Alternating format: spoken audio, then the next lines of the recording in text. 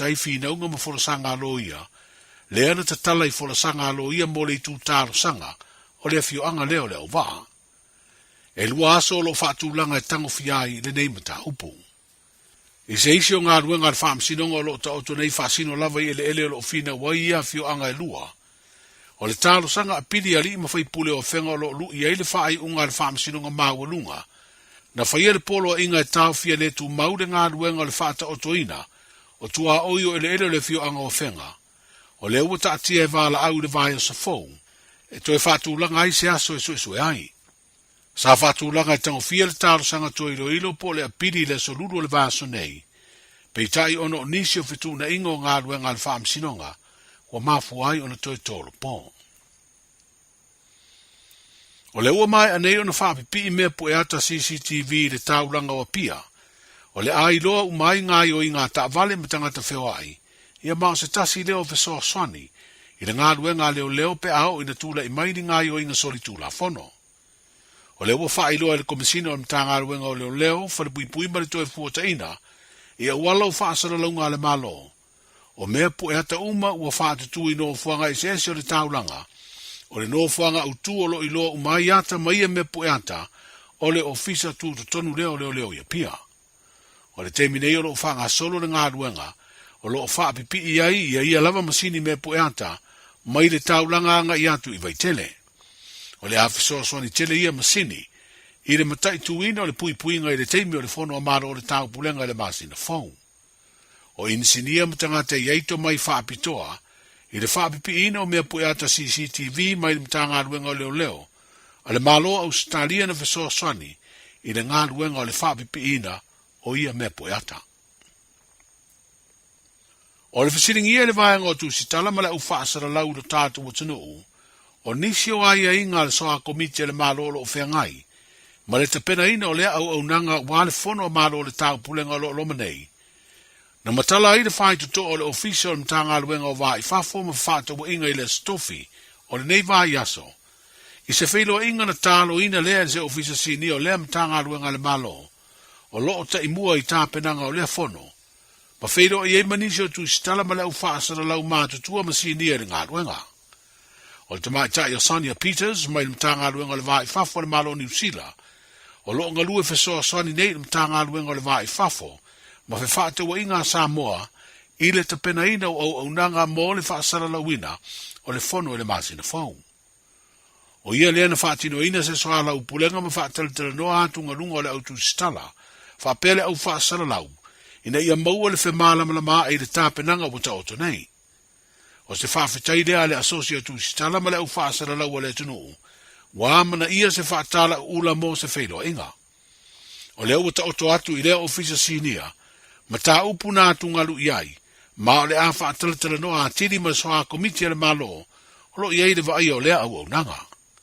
O le mai o lea whailo inga na tu ina mai iai lea ofisa sinia se pepa, o whaasara launga le ofisa o malo le tau pulenga le Commonwealth Secretariat, ua whailo ai ta ia la umara ngā ruenga whaasara lau mo le wha manino ina, o vala na wha ne nefu, mātungalu iai. Wa mai ele vai aso le te wila ai le whai ungo le nei vai aso. O le awhanga solo ai le tāmiu sanga le kapite to fitu le te wila. O lo lango ma tau la mua ai le pulenga o le kapisa moa. O se tāmiu sanga le atau sini o ai se awali me Australia, le Australian First Nations, ma se au tamai tai me le au masi o le Australia a, le sa ta alo le na au se furu lima ma le manusina, I la amatanga o le vai aso. O le tāmiu sanga e amate le Friday, ai wha moe mai ai le stona I le whai unga o le nei vai aso.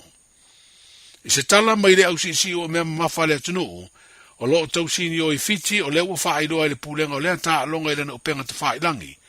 Le manu malo le tamai ta I se furu lima tau sanga le matua, o se Ines Towers, I le pine aulo le vaenga o le au si a tamai ta I le mamafa, e fitu se furu ono kilokalama.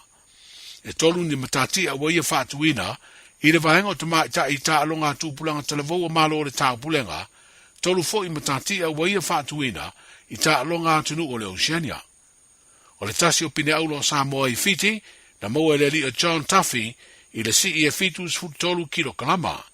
Ma waia whatuina fo I se matatia, I ta alonga si I ua me mafa malo le tau pulenga, whapea tā longa atunu o le Oceania. O lo whakasolo pea ia tā longa i Fiji, o lo tausini o aire au si ua mea mawha Samoa, o lo lango o tūro lātu awa iantu, ele whare o le National Bank of Samoa.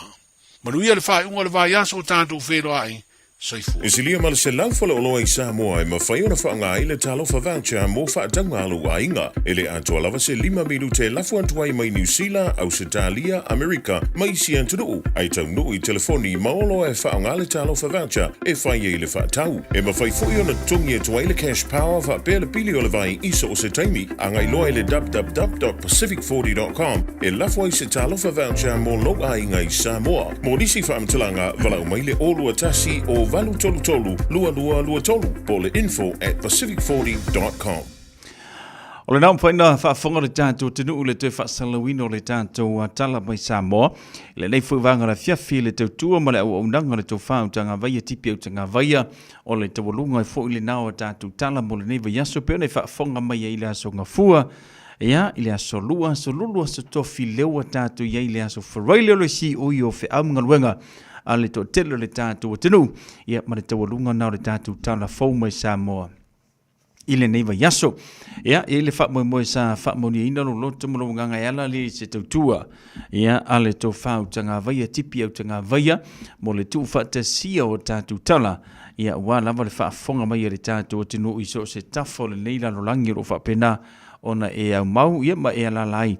Mwhai lavona e whaafonga, ia i mea lo te tupu i lau whanua le tātua tenu o le tautua, a le Radio Samoa Flimi Vitolu a moe ala mailea, ia i lona sui a whaasalau lo whapena, ia ona tautua, mau le tātua tenu peo ni i le tātua tala, i le neiva yaso a toai, ma le nei yaso wharaile.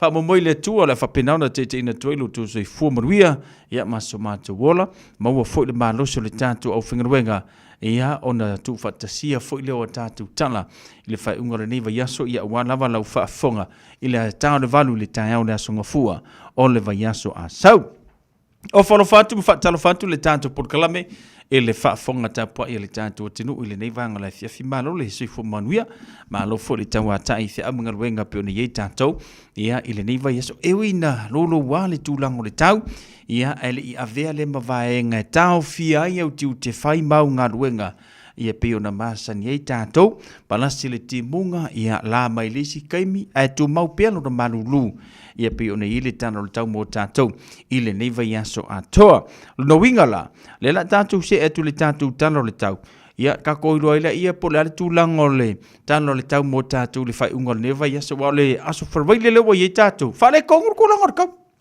le ngata ina palasi le timunga lesi taimi o lesi kaimi waka kilo aku wa saule la iyo ia ai pe lua de korumingu ke koe mau aku le ngala ai palasi ma le timunga ia wanga nao le tau mo tātou le niva yaso ai si o kako kilo makako wawa iaku ile tulanga le tau mo tātou le aso atai au whanga solo atua ile aso sama le aso ngafua o le vayaso asau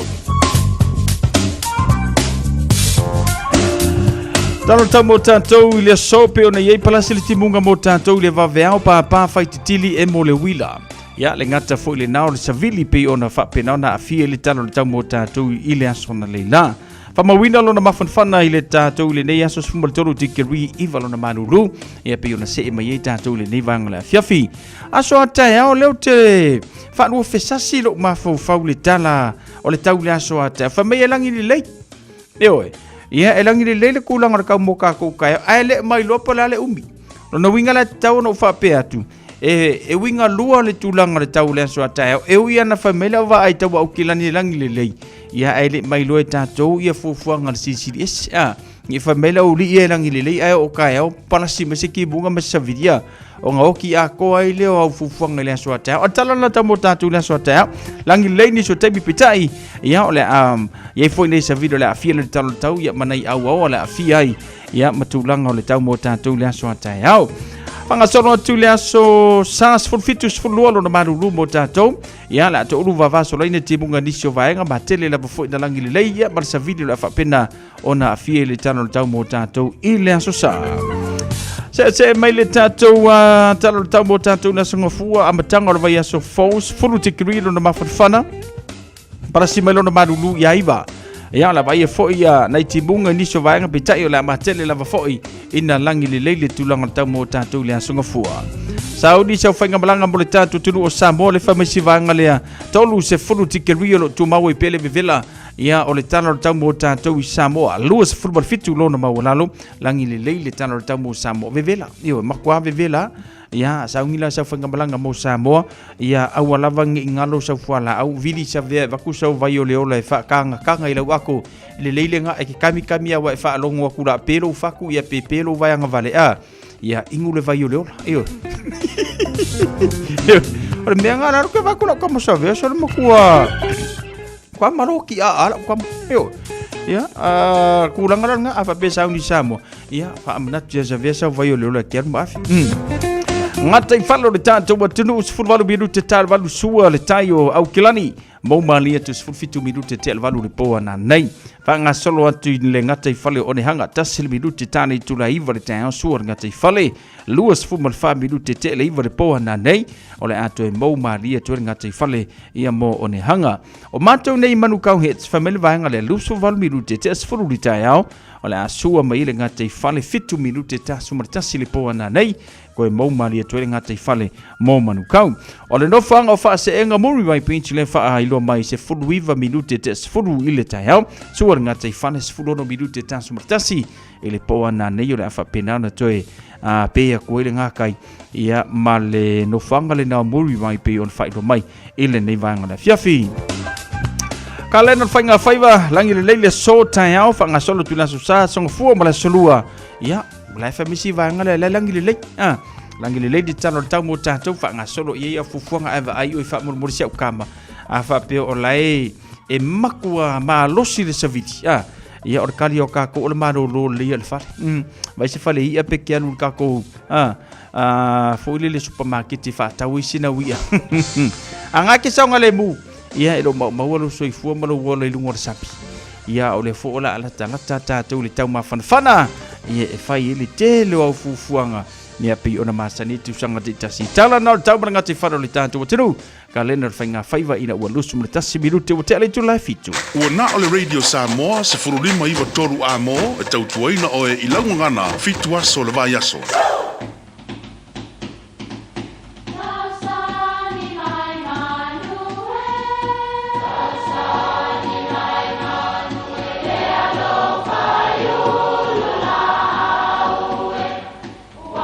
E o fanga manu i ululu o la au, awa e fafanga i funga o la au. A o le tangata e fafanga i upu matala. O le mafileo o alanga upu mamuanga ngana Samoa maona whaapongai e a fua ilo na sio mianga. O lona lea sao i le whaatufunganga o le iloa whaale aso mai le tautua se ia o ina pule. O alanga upu mamuanga ngana ua lanto mamanuina le tō whamanino a Samoa, mana tua fo'i, e tāo fitau muli le atunu. E ata malie manta me mea o le aniva i au pouli. O mata me mea o le aniva, o ingoa ia o fetu e ta ua o fetu o le aniva, po le Galaxy. E whapea le mau o i tuai ngā fetu nei e fui ma o whanga i sei tūlangi. Ma e sui lava i tūlangi e wa ai lea pō ma lea pō. O le natura fo i o nei fetu, a malama le pō na o le masina susulu, e le malosi lo lato susulu. Ai a fai o se au pōuli, o na matua tūlanga ese lea ma malosi lo lato susulu. O i fo i lae mau ai le upu nei. E ata malie mata me mea o le aniva i au pouti, o le no winga, e susulu malosi le malama o fetu o le aniva, pe a pouli uli le po. O upo e wha matalai se tū po o se anga, po o se wha moe ua tūlanga ese i se wha winganga le lei. A whai o se tautua. E le mawhai o nei loa se tautua alofa i taimi o le solo le lei, ma le tofi malie. Fa to ai loa le tautua i taimi o le vevesi, taimi o ti ngā, ma pua ngā. Fa to a malie le talinga o sau tautua ma sau taulanga, i taimi whaingata. Foi mai le isi filosofia Samoa e woso uma ai uso ia sovale. Ale au pouli le po e le manino ma malama le lei fetu o le aniva. E longa lava lo tatino moni I taimi ta te pua ngai. Ia whalonga mai o tau le whanau. Te le aso tātou mafuta ma te le itangi atu lava I se mea. Ai vai o tau, o lea ua tupu le whaale lawe le ainga o si o tau tina. Tau te iloa le lei, toe o ia lea tu toe o le ainga. O le mea lea alolofa mai, tu iai long tau whai mea le lei, e lei se isi taimi. Whai ia le lei le aso o siona tama a o tilo mai o na mata, pe tau te alolofa ia te ia, manatua. E whatoa ata malie mata me mea le aniva I au pouri. O ina te iloa ai, o outou maloutou alolofa ia te ia, pe whapei. E ata malie mata me mea le aniva I au pouri. Ia manuia lau whasaunga le nei aso. Radio Samoa. Taslima Iwatomu. Amo.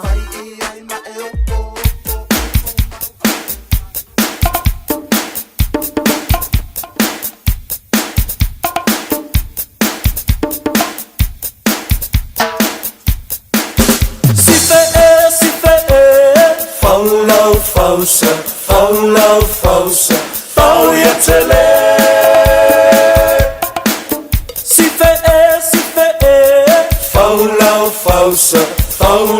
fausa, fau ia tele. Te si fe fausa, fau ia tele.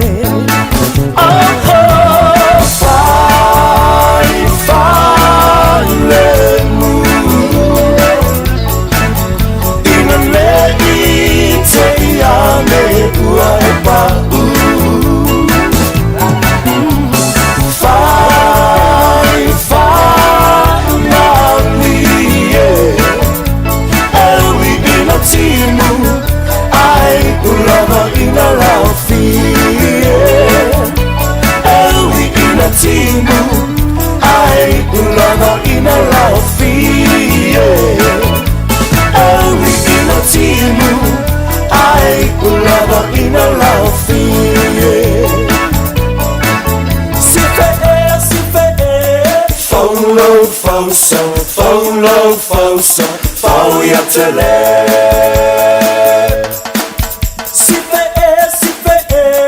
Faulo fausa, faulo fausa, fau ya tele.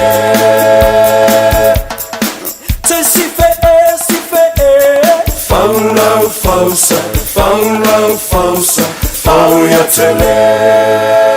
E ole na, ole si fonga mātongo fio le au fai pese ia ale Tatiana. Eoi. Ia, ma le pese le nao le sife e, tawalunga tuai ma le tautua le tofa siava tui pea atonie. Atonie ma le tato porkalame pe one yeile moanga ngana fa samo moni ia po upu po mau fa samo pe one yeile nei vanga la fiafi. After tu se uso ia asiava mo tu fa tasi o le tato porkalame le nei va so atoa. Ia fa pe nai fo ma le nei so forwele ia tawalunga tuai loa ma le fa fianga le na mai le Tatiana ia sife faulau fausa fau ia tele ia a ku mai le ia ka ko ia a fausa pusa ia fau ia kele ia e kele ko inga pusa o lo pusa ke ka oko ma e fa ko fa ma ia ma ko ia ma le pusa fo ile e tatau ona fau fa tele ia ona fai ai leo lau fa tau e ave ia le si vaenga male ainga o tamalo ia ave le si vaenga male ainga o tina mana ia na le fia umai o lua ia ai le tele le ainga o tina ia ai mata lulu po mata tama matilo atu lona loto ia mona mata ua matua ita tele e mafua mai lau pusa ua tele ia ele ai ma se suka po se masime ave malu na ainga ba ngala le na e te tawai ona fai fo ilele fai le fa tau le tama fai fa tau le tina ia turo le tono la pusa telena la fa ia ona fia ile o lua io ke vai po fa la ke luo e ke lua fia la ngala I kor fa ngol me ia e wida la ka ko so fanga wa nga so ifu mai la so lus fulo neo se tem so ke fa ya ko le va vela lo masinga ia wo uma fo ila ngi masinga eo ia ntato wo o lo le mato wa so sa mato masina fa ilonga ile mato wa so sa o ki topa io le la wa ile tato temi wotela titi la forfitu male tato leina o tatala mo el famurianga la so fa na mle so ifua ya fa pe o le sona e so ifua mai ai fa se mai lunga le tanto Facebook page mo le tanto YouTube channel ya mai se le tanto email le on air at radio samoa.co.nz ma le tanto leina o matala tu mo le fa manianga le so fa na mo le so sifua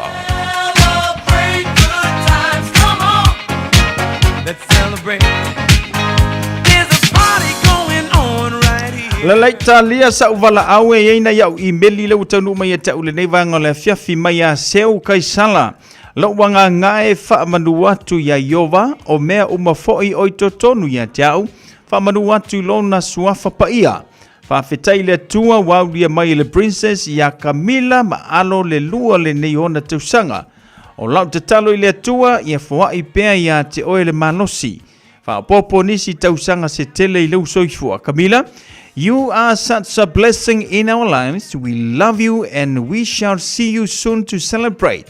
Alofa anga ile mavae maya Auntie Paulina a Pulukai Sala, Auntie Seo to Lily and Nive. Also all the cousins Tino Telesia, Nive, Max and Dallas Makers and Kaunia, but especially your favorite princess Penny. But we tell loa so far now ile nei fo iaso wa dia mai lo lua tausanga. Leisa tato aso fa now lo telu mai tau vine tau tele. Ya pe ona ye le tato fa manianga le aso fa now for Maka Christopher tau tele. Happy 21st birthday my prince Jamie. We are so proud of you. We pray that our Heavenly Father continue pouring out His blessing upon a guide and protect you through your journey. We love you, my son. Love you from your sisters and mom and dad. Manuitele, lo waso fa nau ile nei fo ia fiafi. Ai sisi kako waso fa ngauri fa mormole yenge ke wo pasi pinko akuringe ia fiafi ai.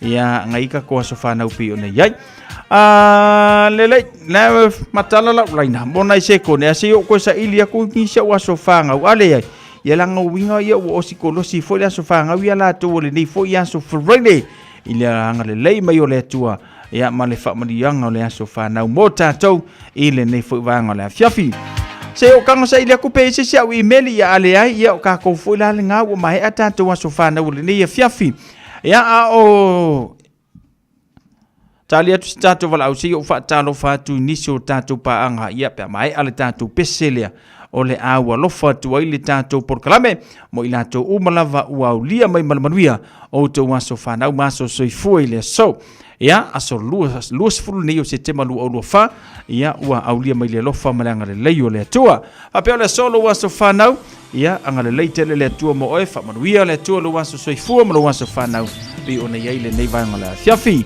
mai le pulenga mana o fingaluenga radio Samos Flimi Vitolu amo manuia teno to waso fa na ia pi ona ia ile nei aso fraile fa pe fu ina fa mo fa longa le aso atai out why not fa pe na na no mai le ainga ia ona celebrate ile o to aso fa na maso soifua ile aso atai out la pese le temata ia matalena male pese ta mai e telo fa au lo fa to mo to malava ile nei fiafi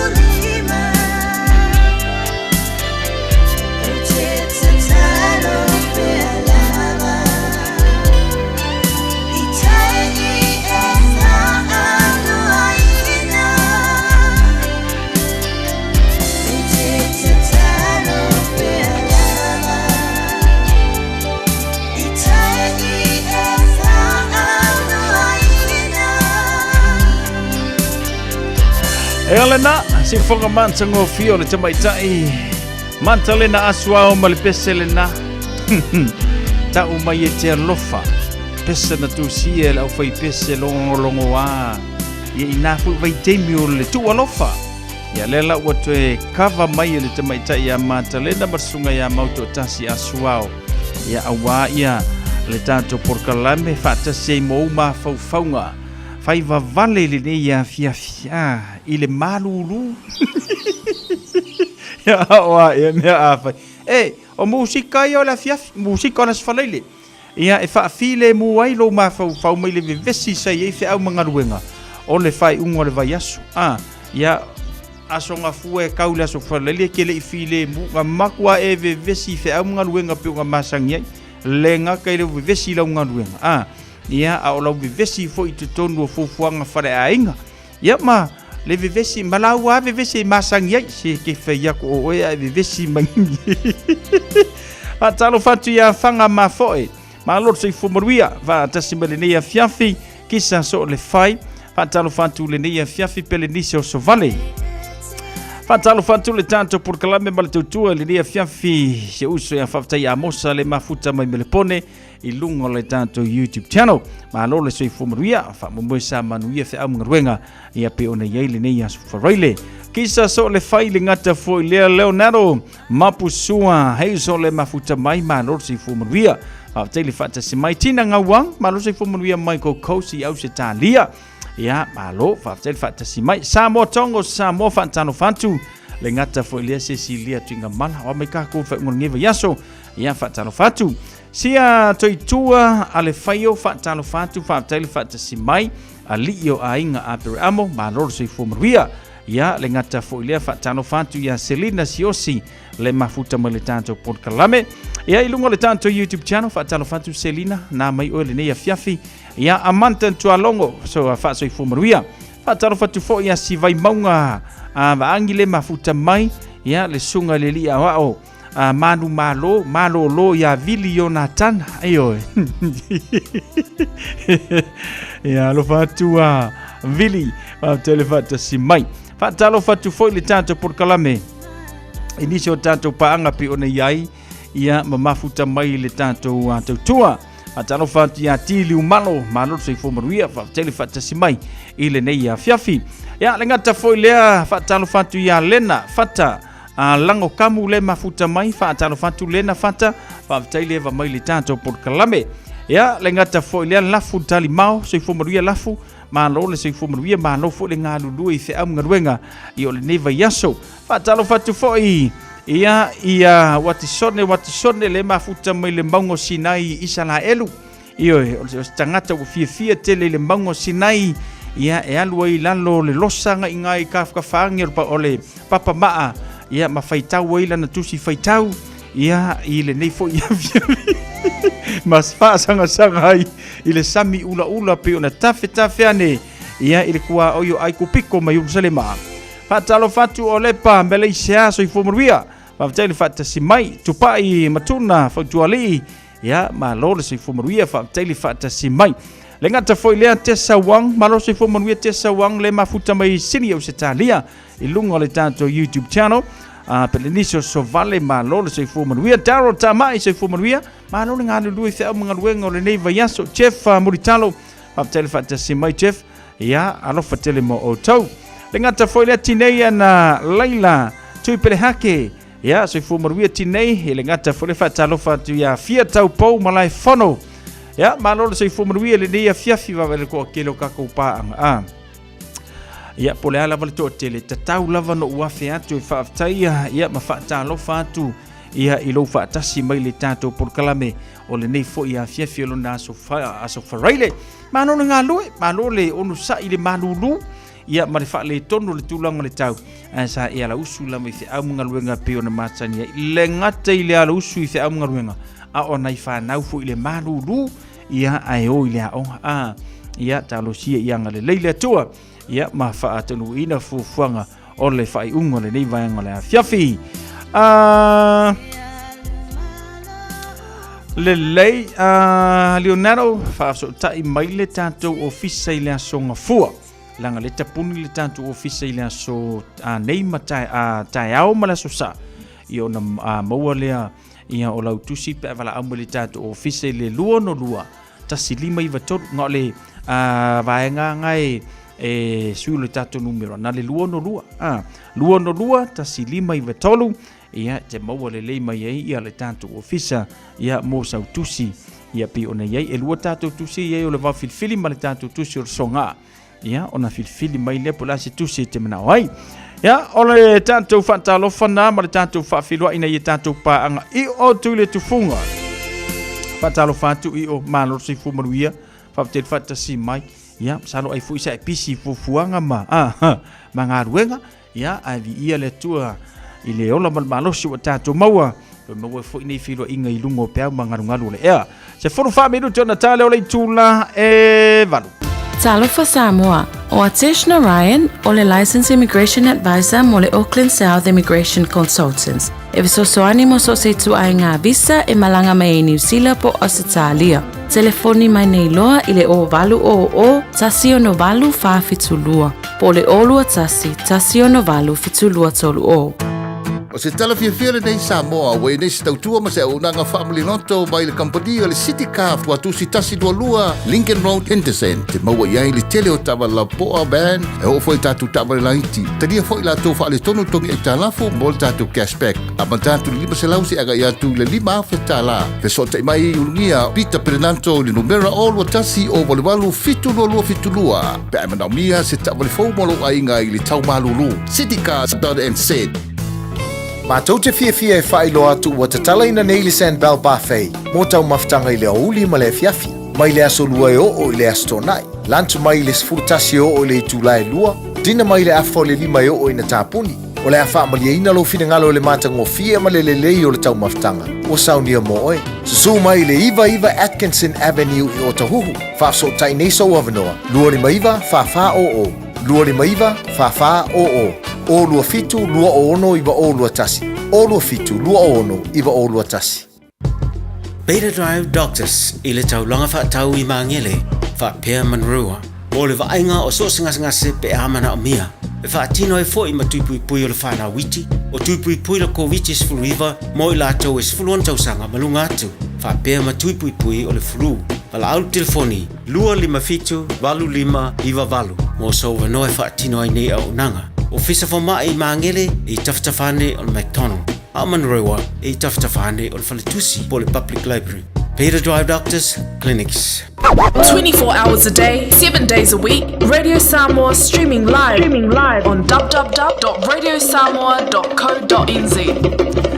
Whaatalo whantu se usualanga ali pati tupola Ioane. So i fo manuia brana lo whantu mo o rua man whanau. Iwe o lau kamai kausia le V8. Le aia se si vai e silia ku ngai lo le V8 iwe. O e sila mo le V8 le mo ke whapsanga. Ia o kama piuare ngā i e popo e la fiafi. Alo whantu so whaptel whantasi mai. Fia tau pou malai whono. Mānoro se fumaruia, whapteile whatasi mai le nei a fiafi. E iaia u whaasilasilanga lu te wai e tui le si tūlea. Lela u me ia ku ienga ia kako whaasisilanga i e wha me ia ku kako whaasisilanga. O na tāle o le wanu whatasi mai nei whalitua mo le tātou porkalame o le te talo mo. Oi, Team No Excuse Sumpa talo whasa mo bana tua le tātou Sumpa. Ale Team No Excuse se whaiale i aso tofi pe o na masani ai. Ile Omai Otara Music Arts Centre. Ile taulanga whaataua Otara. Ile awhaleono le fiafi. Ile eise tutongi le tātou Sumpa. So su mai tātou fia ma wha malos tino. Whatasi awa lo so i fua manolo ina. Maua le tātou Team No Excuse le tuato si ono pase lau i Linden Crescent i Otara. O le tātou tusi le wafilfili malasonga. Aua ne ngalo sau lo mingo le tusi o le songa whaatasi e ma le lo mingo le wafilfili. E maua i whaalupenga o Samoa i si sifo tutuila mamanua. O nisi o tāla tu o Samoa. O ala ngā upu o le matawha ioi ala matai le whainga o le whaalavelave e pei o le whaapoiponga.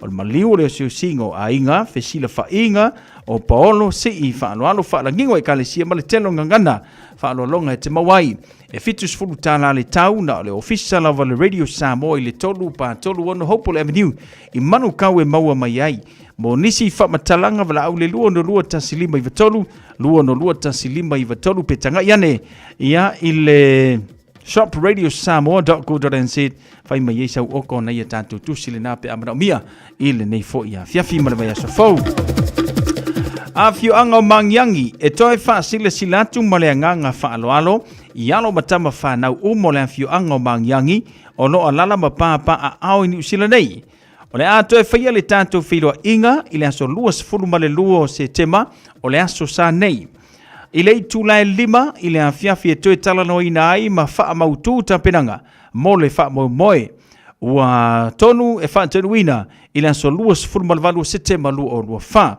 e whaia le whiloa inga I le numela valu awa street I o Tahuhu ia I le o Tahuhu Rugby Club Hall ta ua tele le tau awai mai le nei whiloa inga mo nisi wha matalanga wha fsota mai le numero le olua tasi lua ono ono tolu lua o olua tasi lua ono ono tolu lua o po le olua tasi lua varufitu o olua tasi lua varufitu o lua ma le whanalo lava wha fetai mafutanga sa wa inaya pe se fea manaya le lua a inga wharufani Ili avama le whaaloalo e wha silisila tuai suli uma o le mafutanga sa wa inaya pe se fea manaya le lua a inga wharufani sa tu ia tu e sa vai mo suli uma lo au mau iso se tua o te ronei le a whaia le tātou mafutanga ila so lua suma le tātou se tema lua o lua wha ile tuatusi numela tolu numela tolu a Wairere Avenue Man Alpenta Sina Citizen Hall ile afas furma le lua maai mana tua mai lau la fonga masani tātou whelua ia I le naso a tau whaina whaaftai o le teitai whono male lau lau afono suafa tangi a pua a lao I le o sale sa tele whale alili afio anga e afio ai lufi fasito outa sa poe matatufu loto whanga e ta ia I langi tapu o pa ia mamamalu Samoa wa tu maupea e whaavavau a wha sino tonu le nei whaalinga I suli mawheo I tau suafa tangi a pua I sale sa tele whale alili o loo lala ma papa a au I au kilani nei ma so seno whanga e talo atu ma le whaaloalo lava e fia maua se tātou mawhtanga I le aso tona I nei lusu ma le tasi masine iwa lua o lua wha I le tau le 5 I le awhiawhi e whaia le tuatusi 5 a Cape Rowi mangele o le a manino ma malamalama tili ai I le aunga ma le wha moe o le nei whilo inga mo nisi wha matalanga wha so tai le olua tasi tolu valu 5 iwa lua olua tasi tolu valu 5 iwa lua po le o iwa lua tasi wha iwa ono fitu tasi o iwa lua tasi wha iwa ono fitu tasi mo tangi a pua whaaftai sainia savea mata afa tangi a pua whaaftai ma tangi a pua whaafau o lo sainia le tātou whaasile silanga lena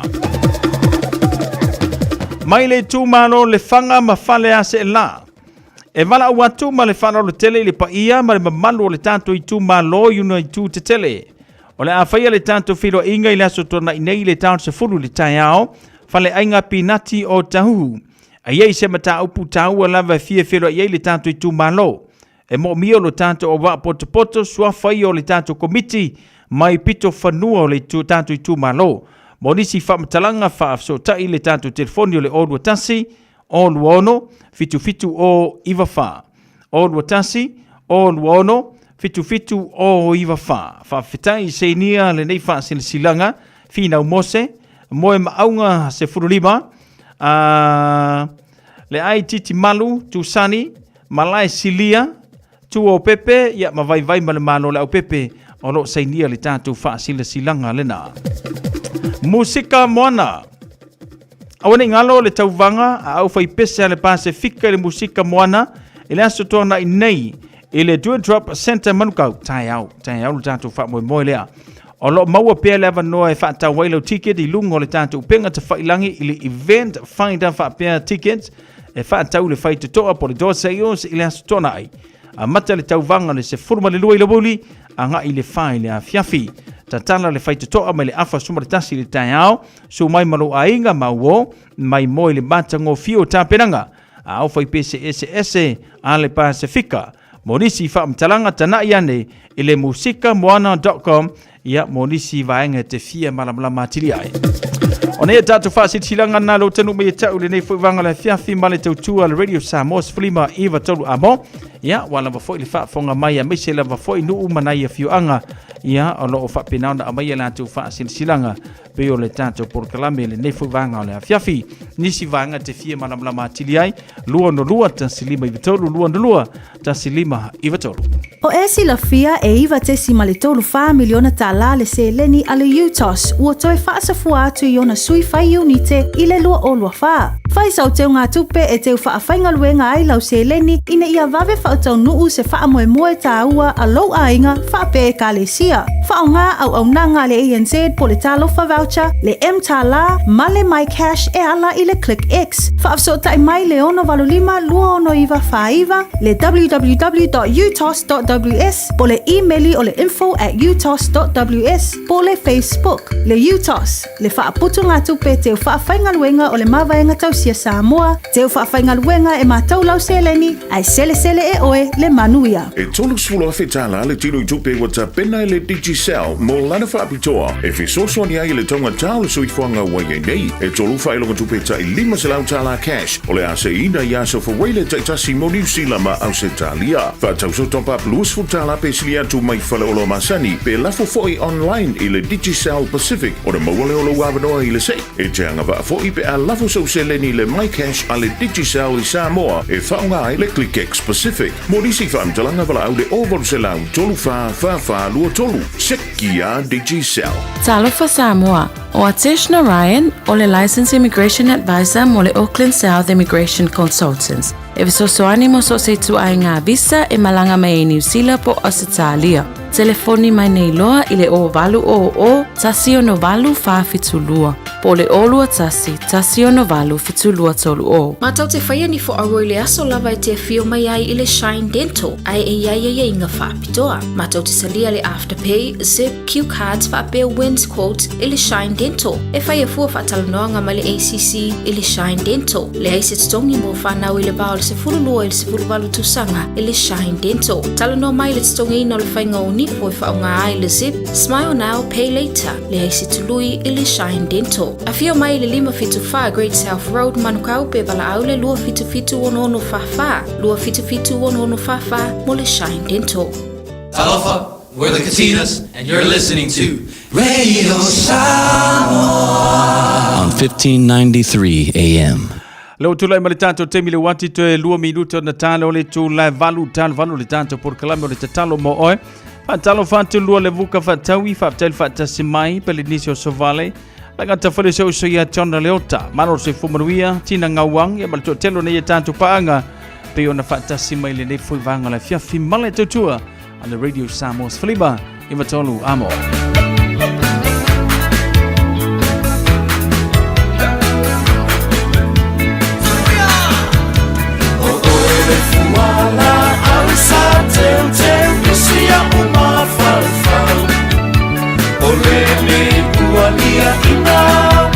Ina uangi ole toe lau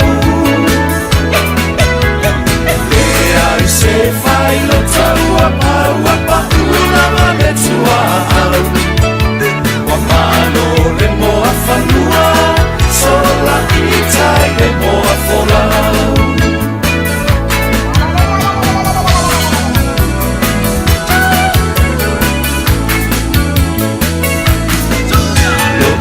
Satu tala noa safa amoe moe atu i fonga noa Ole e ua leo o Usu e wo foa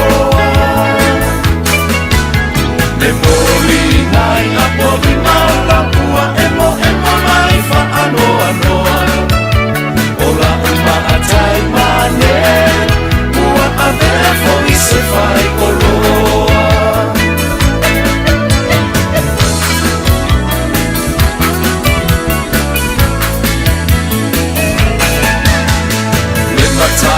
e uangi ua lola ua pe au o le sami ua pa ule fetu le la satu i le mai lua mai o matangi a o ai fo i le na ua tu i le mai le sami ma e lani o la o pele la uma amora fo la ua tu i le taita fola si a uluku e sini le la lelei e se fo ia na tifinga i o na ponei ai u te le fa ae aina oe ua lairo u fa a benei e le rosa a fai lea mo usei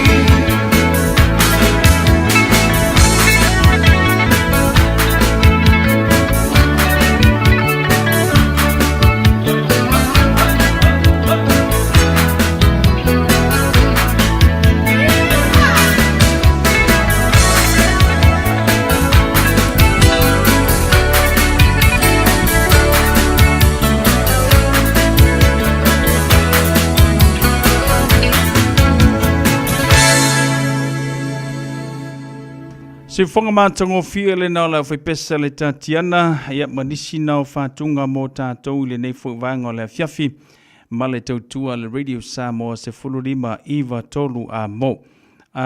Se i ono sai mai a ia i lau paanga le mana mia mai le tātou telefoni lea. Waita le sa, o le olua tasi tolu valu lima i valua.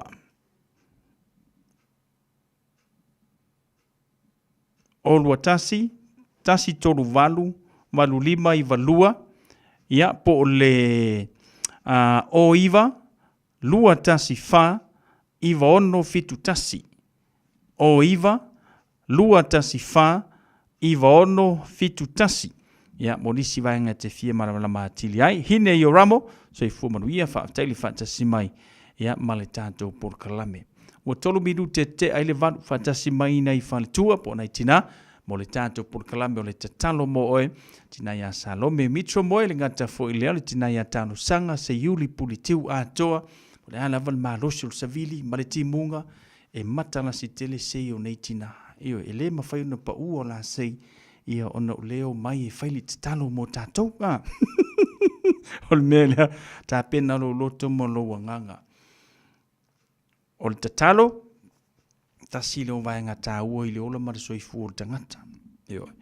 Ia a whapewa e fiu e te si mai il whare mai, ma ua loa manoa tātou te tatalo whatasi le nei a fiafi, tātou mai Samoa, si ngā mai, ma ua loa manoa tātou te si mai whatasi lumo le atua. Ia a toi ma tātou o lo tele le whaafi tā uli o le nei soifuanga, si mai al whaafonga ma ua loa manoa mo le tātou por kalame o le tatalo mo oe, i le nei a fiafi.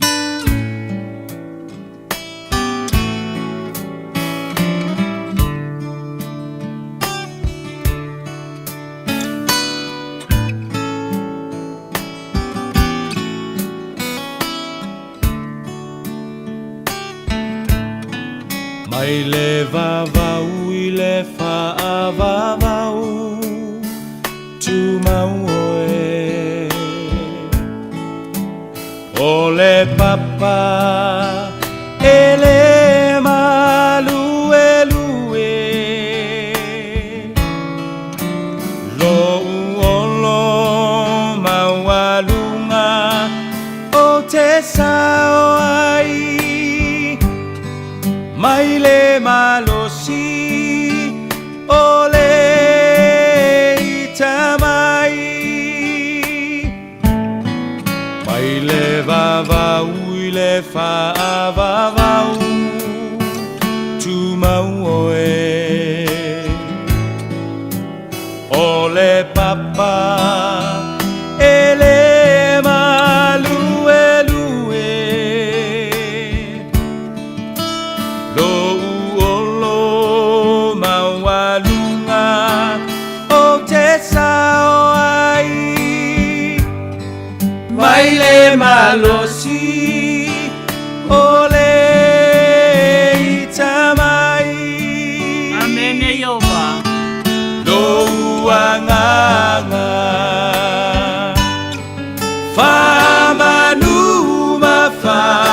whawhetai o le atua o le vavau na te umau oe si ia e lo leo malanga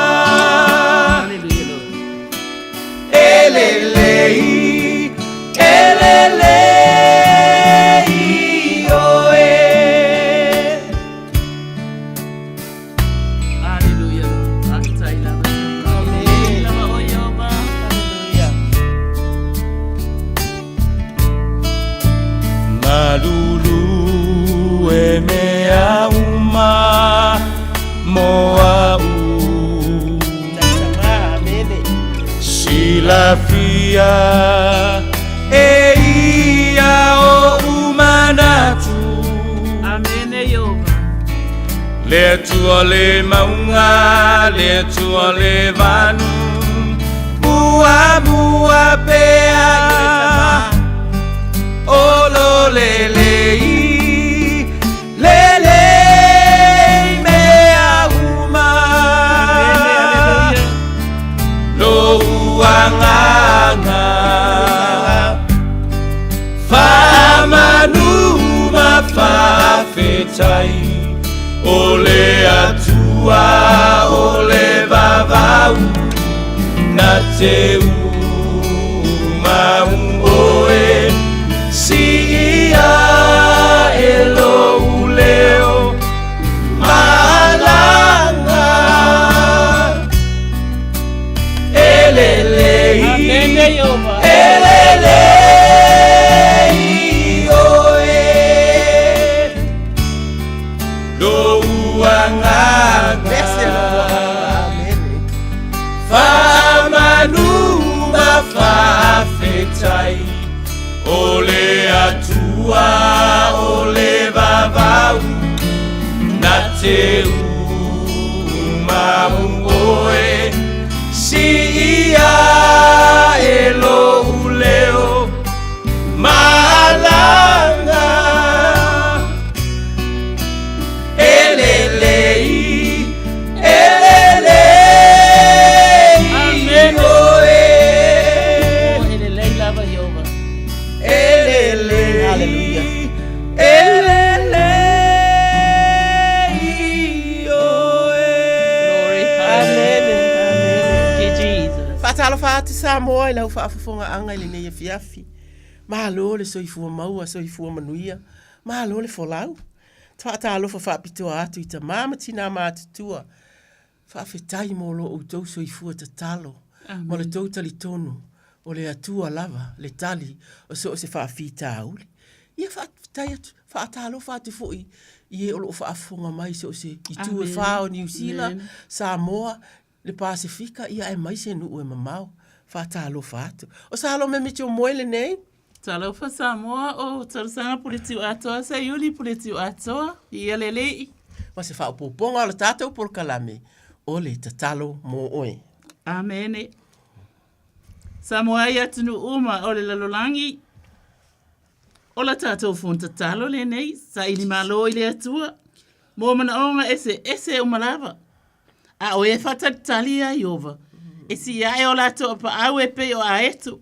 La te whi mo ei ai le vai. La te savavadi. Ai le tinga ina. Lo mātou tamā o i le langi. O e lava. Le alefa ma le omeka. O le mua ma le muli. O la ua fio. Na whaia mea lava ua iai. O mea ua ali mai. Ma mea ele iloa. Lo mātou tamā i le langi. O la ua fio. O le tali o mātou mana onga lava. O la wafio o le malama i le pōuri uli. O Yehova e whai o ia. Ma olo ma walunga. Mo le wa whaasa waina.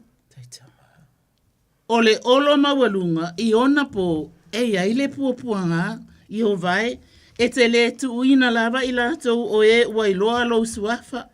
Ma whaatua tua i a te oe. I o vai lo mātou wali, o lo mātou watua, o lo mātou manuia, e lea au noa lea ma oe. E mana ai a mātou au nanga. Lady Salo me le atua le ne ia fiafi mo le tala talaina o laua fionga pa ia lo mātou watua. Le fufuanga whaasala lau. Lo watali ia sausi ufanua. Ia le tapo inga malu. Ia lii matamaitai. Ia e maise foi. Ia ole Pastor Louis and Ane Bonifacio. Ia pule foi ole nei ala leo ole Radio Samoa. Io ele atua au nanga umalava. O lo fa penana tapu ai fa atasi mai mātou. Pa afitai tele lavanga pa ia. Ia o lau tau au na tinanga lue manu malo le nei. Ile suafa manu malo Yesu. Amene. Amene, amene. Fafitai sanga. O sa tātou wha malo si le nei a fiafi. O le a maua mai le salamo e whaase furutasi. E wha apea o le mamnuia o le tangata a mi o alofa. Amen. Ini fuai upu o le a o whaitauina. O lo o iaisi fuai upu e whaatawaina. Whai mai na i fuai upu nei whai upu se furut. A e manatua. Iona e whaitau le ia. Whai upu e valu whai mai. Wa wha apea ila ato wa o lava le mea matua le anga ia te ia. Wa ta oto ia e le to e tu ilunga. O le tangata fuai o lau o. O le na o whaatua tua iai. Na ai la u a reto wa a mai o ia ia te au. Ilona muli vai. A o oe le ali ie. Ia e alofa mai ia te au. Ma whaatua ia te au. Ina ia tau iatu ia te ila tau. O le mea lea ua o ilo ai e te whina ngalo mali e mai ia te au. Ina ua le e mita mai ia te au. He ita mai ia te au. Whai upu muli muli. Sifurulua. A oa unei e te tau fia au i lunga ila uami o sao. E te whaatuina fo i au.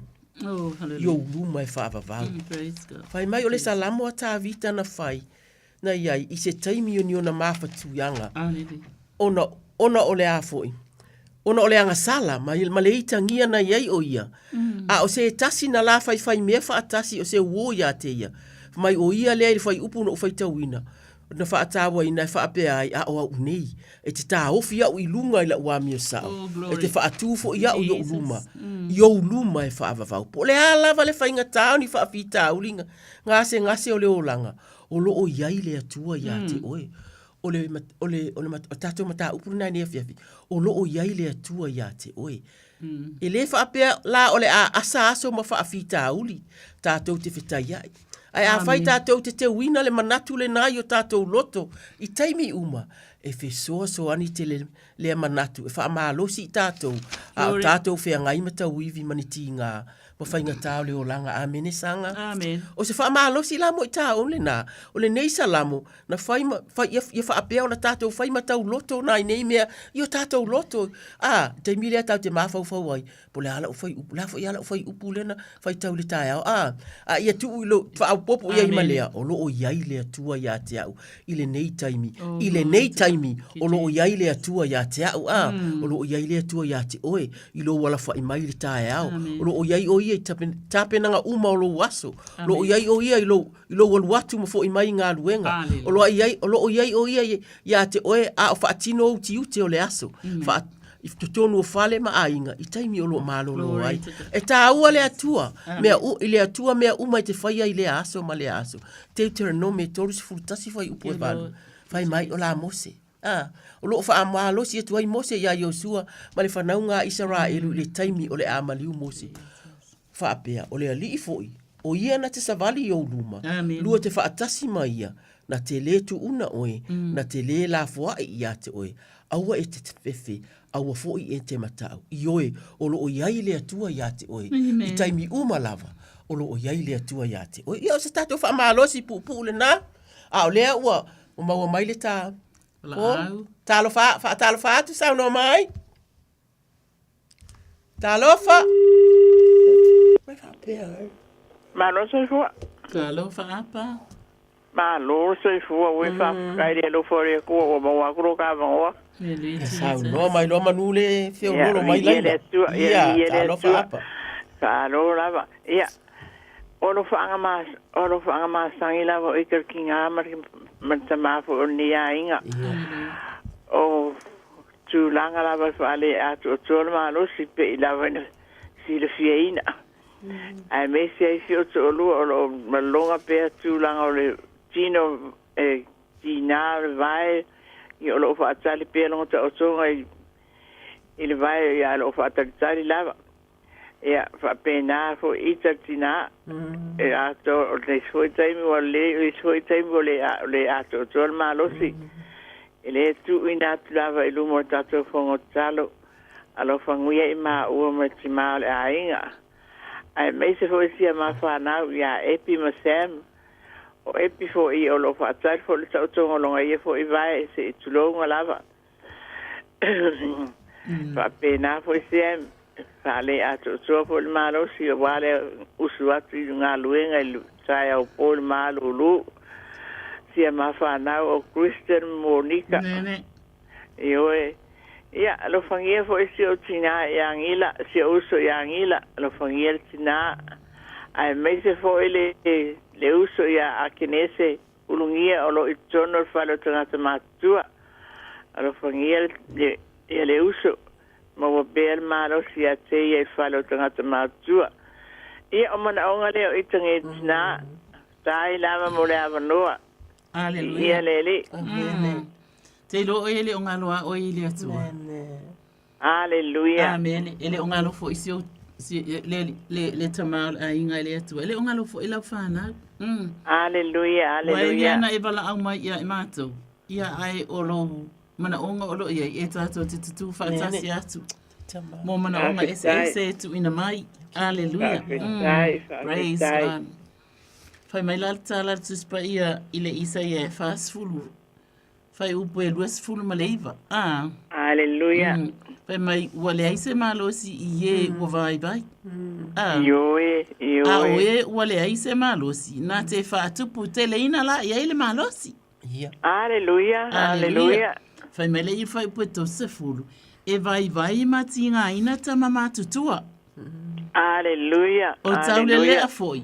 E pa uu lava i lātou. A o e whaatalitali i a Iova. E toi whaafowina lo lātou malosi. Amen. Aleluia. Ele leile atua. Ioe. Praise God. O mana onga ua folasia i le afi ma le afi. Amen. Ia whaafitai lava taulongo longo. Aleluia. Mai i le tamau le ainga ua whaapea ma oe. Ua whaapea ma tina ma tutua ua eta ua umamai o la tau swafa. Aleluia. Aleluia. Tala tuspa ia le lava mstasi. E whapena ona lilo i le silafanga le atua. I alona swafa. Aleluia, Jesus. E si mai. E tātou te si ima i whaatasi atu i luma o le atua. Whaafetai.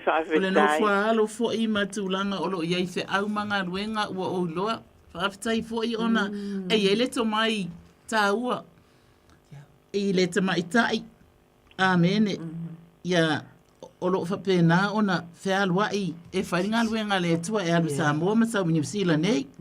Aleluia. Ia se fo i le tama le ainga o lo whapena no wheangai fo i ma. Manga luenga i le whaingo whialanga luenga o lo whainga luenga e tama le ainga.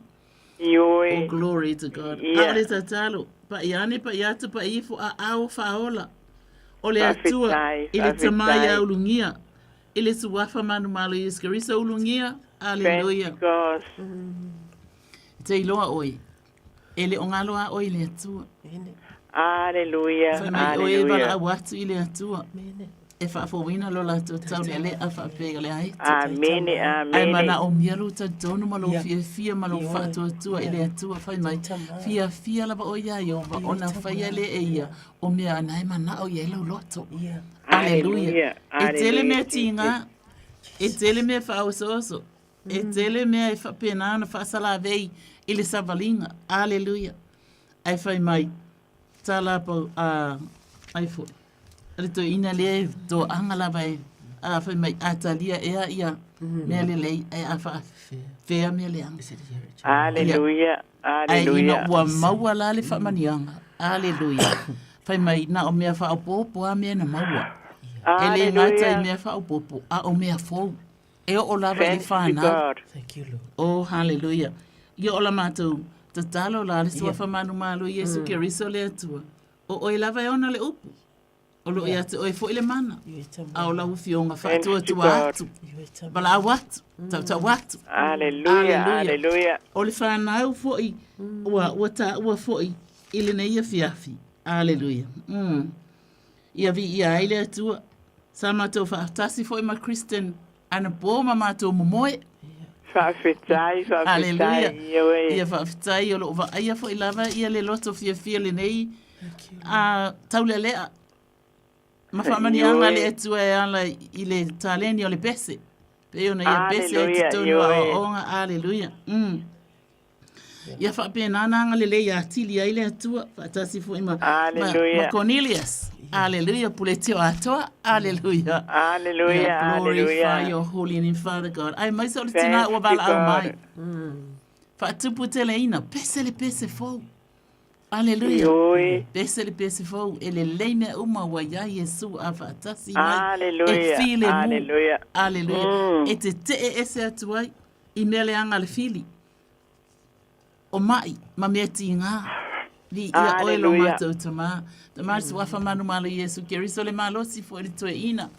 Whapena ana whaafia ina ilo na loto wai taritonu ina. O iolo o whaiele tele o fi au tono le ahinga.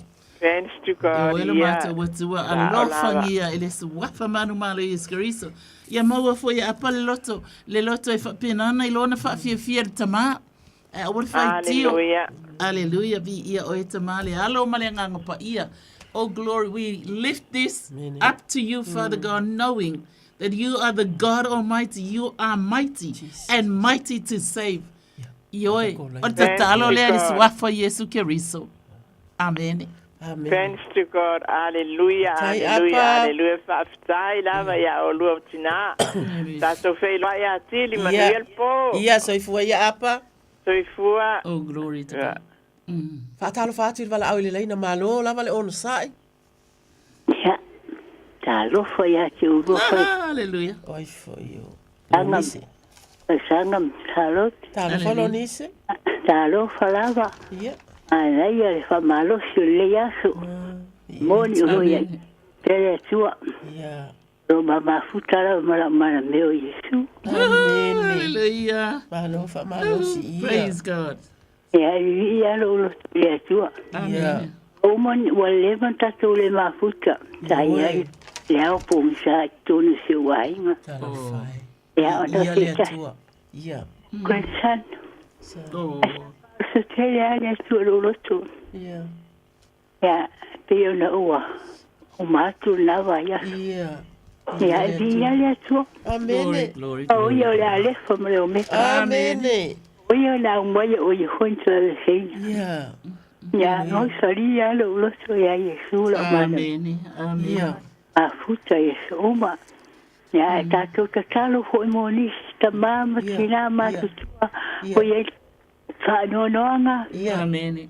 Ya pa ya sulo na mana. Ya amen. Ana ya la to. Se foi o ya ila mala o palia. Ya fa pena fa ma fa na fa na le tu yo la to. Amen. Awa o ia lava o le pule a o le uma. Moni lava, amen. A ta tu te talo pe ia. Nani, o ia ina isi o solo. Kina o matu sua mele ma. Malina ia ta talo mo la o le mai lo matu te tu se ra. E ia I pelo na. Alo famro na nganga. O mau pe ia ila o lo. Amen. Tama. Foi ole tamam tua ya Paulo maroro foi nga luenga sa faise au ya pe mana le rofo le tua ava fala telo tato kalo sanga ya tua wa inga se tato tunu Samoa ya ilo na mana marona nga pa ya la Amen. Isunwina la tulu tu olo ya pe ya tua mafuta mata. Hallelujah. Thank you, Lord. Se fosse o whanau, malato whanau, wala to whanau. Amen. Pura pele a nganga o na mala mo la tulu. Amen. Ia ia ola masa o le atua. Tau sanga na leilo matua ka mole. Hallelujah. Whawhetai malo lava. Malo lo nise. Whai mai le fionga le atua ile Filipi whai mai. O te le whai atu ona o le mativa. A wa o ina au. Ia toa file mulo uloto. I mea uma ua ia te au. Wa o iloa le mativa, wa o iloa fo i le mau ua. O ia mea uma lava o te iai ma mea uma o iai ia te au. Wa o ina ia u ia o ma ona ma o fia ai. Ia whau mla i mai mea, ma ia onge mea. O te mawhaia mea uma lava. Ona o ia u wha amalo si mai ate. O la paulo lea. Tātou ta talo yo va au lo mātou ta mavi ia la ua fio. E vala au mai lo wa fafine, e vala au mai pe e vai vailo na loto. To e malosi ona salua. Salua fi sanga ia le tatalo le tuai. Fa afitai mo e. Su fa ia tu ila ua fio. E tali tonu ila ua fio. La tau te iloa le atua. Ono e ia ila tau pe ola mātou fa malosi le ne fiafi. Le atua mātou di tatalo sanga tului le malosi ia lo nisi.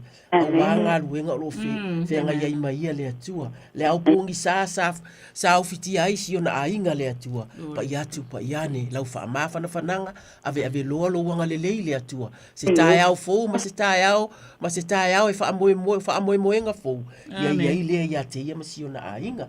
Ai si ia tina o mele malina fai mai wale vai le iwa ai le atua ai. Tu ina lo fa asia si atu le atua. Po se tasi o uru atu le fale. Po ai le atua ai olo fa atu ia te ila ua le ainga le atua fa manuia ia te ila tau. Mauna yo la ola le atua. La soifua tatalo mātou ti tatalo. Ia awane i wha vai ai pipi ia tu pea ila ua fio. A tau nu eise taimi tu e fei loa i manise. Tu e whai ala tau tala wha malosi le tasi. Fa manuia le tamao paulo o malolo mai ngā luenga. Mātou te tatalo le atua. Se tai au fōu le atua o ia le nei vai taimi. Le malo si fōu a wā a inga. Le malo si fōu a wani moi mitinga o totoe. Whanau ma a inga ia male lau tele lava. O le e kāle isi ai fisoso atni ia ima ngā luenga. Ia whape nā fōi. Ia na whanau uma o salau ai le atua nise. Amen. Asi si atu le atua le wanga le lei whawhetai le atua. E turi loa lava e turi loa le tinalo lana whanau le atua e le tai mamao. A o le wha moenga lava le atua o laua fio ia i loa e tamaiti ma ia lātou talitonu. Talo whae. O lo ai fōi o laita talo mai o lea na manu pe ani me tupu le nei aso. A ua o sao mai o ta talo lava alo tina. Ta mama tau te tatalo i whanau le atua. A vae ni moli mau e whaafo i mātua. I taimi o lo mau ai le lei. E le na o taimi o lo mana o ai i le tatalo. A o taimi o lo va ai ai. Lo a ao i totonu o lātou a inga. Ngā ruenga ma mea umai ai. Tu sa o le whaamalo sisili le naisi o mātou uso. O vala au mai. Ta maa o la mātou vala au atu lea i lau o fio whaamanuia lo nise le atua e. A taitu o rua ina pea o e ia le atua. O na o te riso. Amene ma amene. Ia, aleluia. Ia, alo pale atua. Mamalu peo na aolofo. Ilungo ya. Ua pale tua. Ia sipo ya inga. Uma ngalu enga. Wimanu siya mana rona nganga pa. Ia. Mosile muli le po. Ala faita ya lona vi inga. Ia peo ia whawau. Soafo Yesu. Amene. Amene lo nise soifua ia. Soifua. Aleluia. Ia whātaro whātu tatu wala au lunga le laina malo le onsai. Ia whātaro whātu e rua fioga. Talo whawhau. Ia leri. Aleluia, amene. Amene, opa. Ai waru whale tua re ia tani. Ia, o male to e maua mai, ai waru. Ia, pisi wa pile. Ia, whawhetai dava. Ia, whanore. Tau rogo. Whamanatui. Ia fio pa ia le tua. Ia fia na vai whanau logo atu pea na pea ia e maisi. O talo sanga meiura. Talo sia e pea nei maftanga te talo. Whatever nei maftanga. Whatever nei maftanga. Apetai.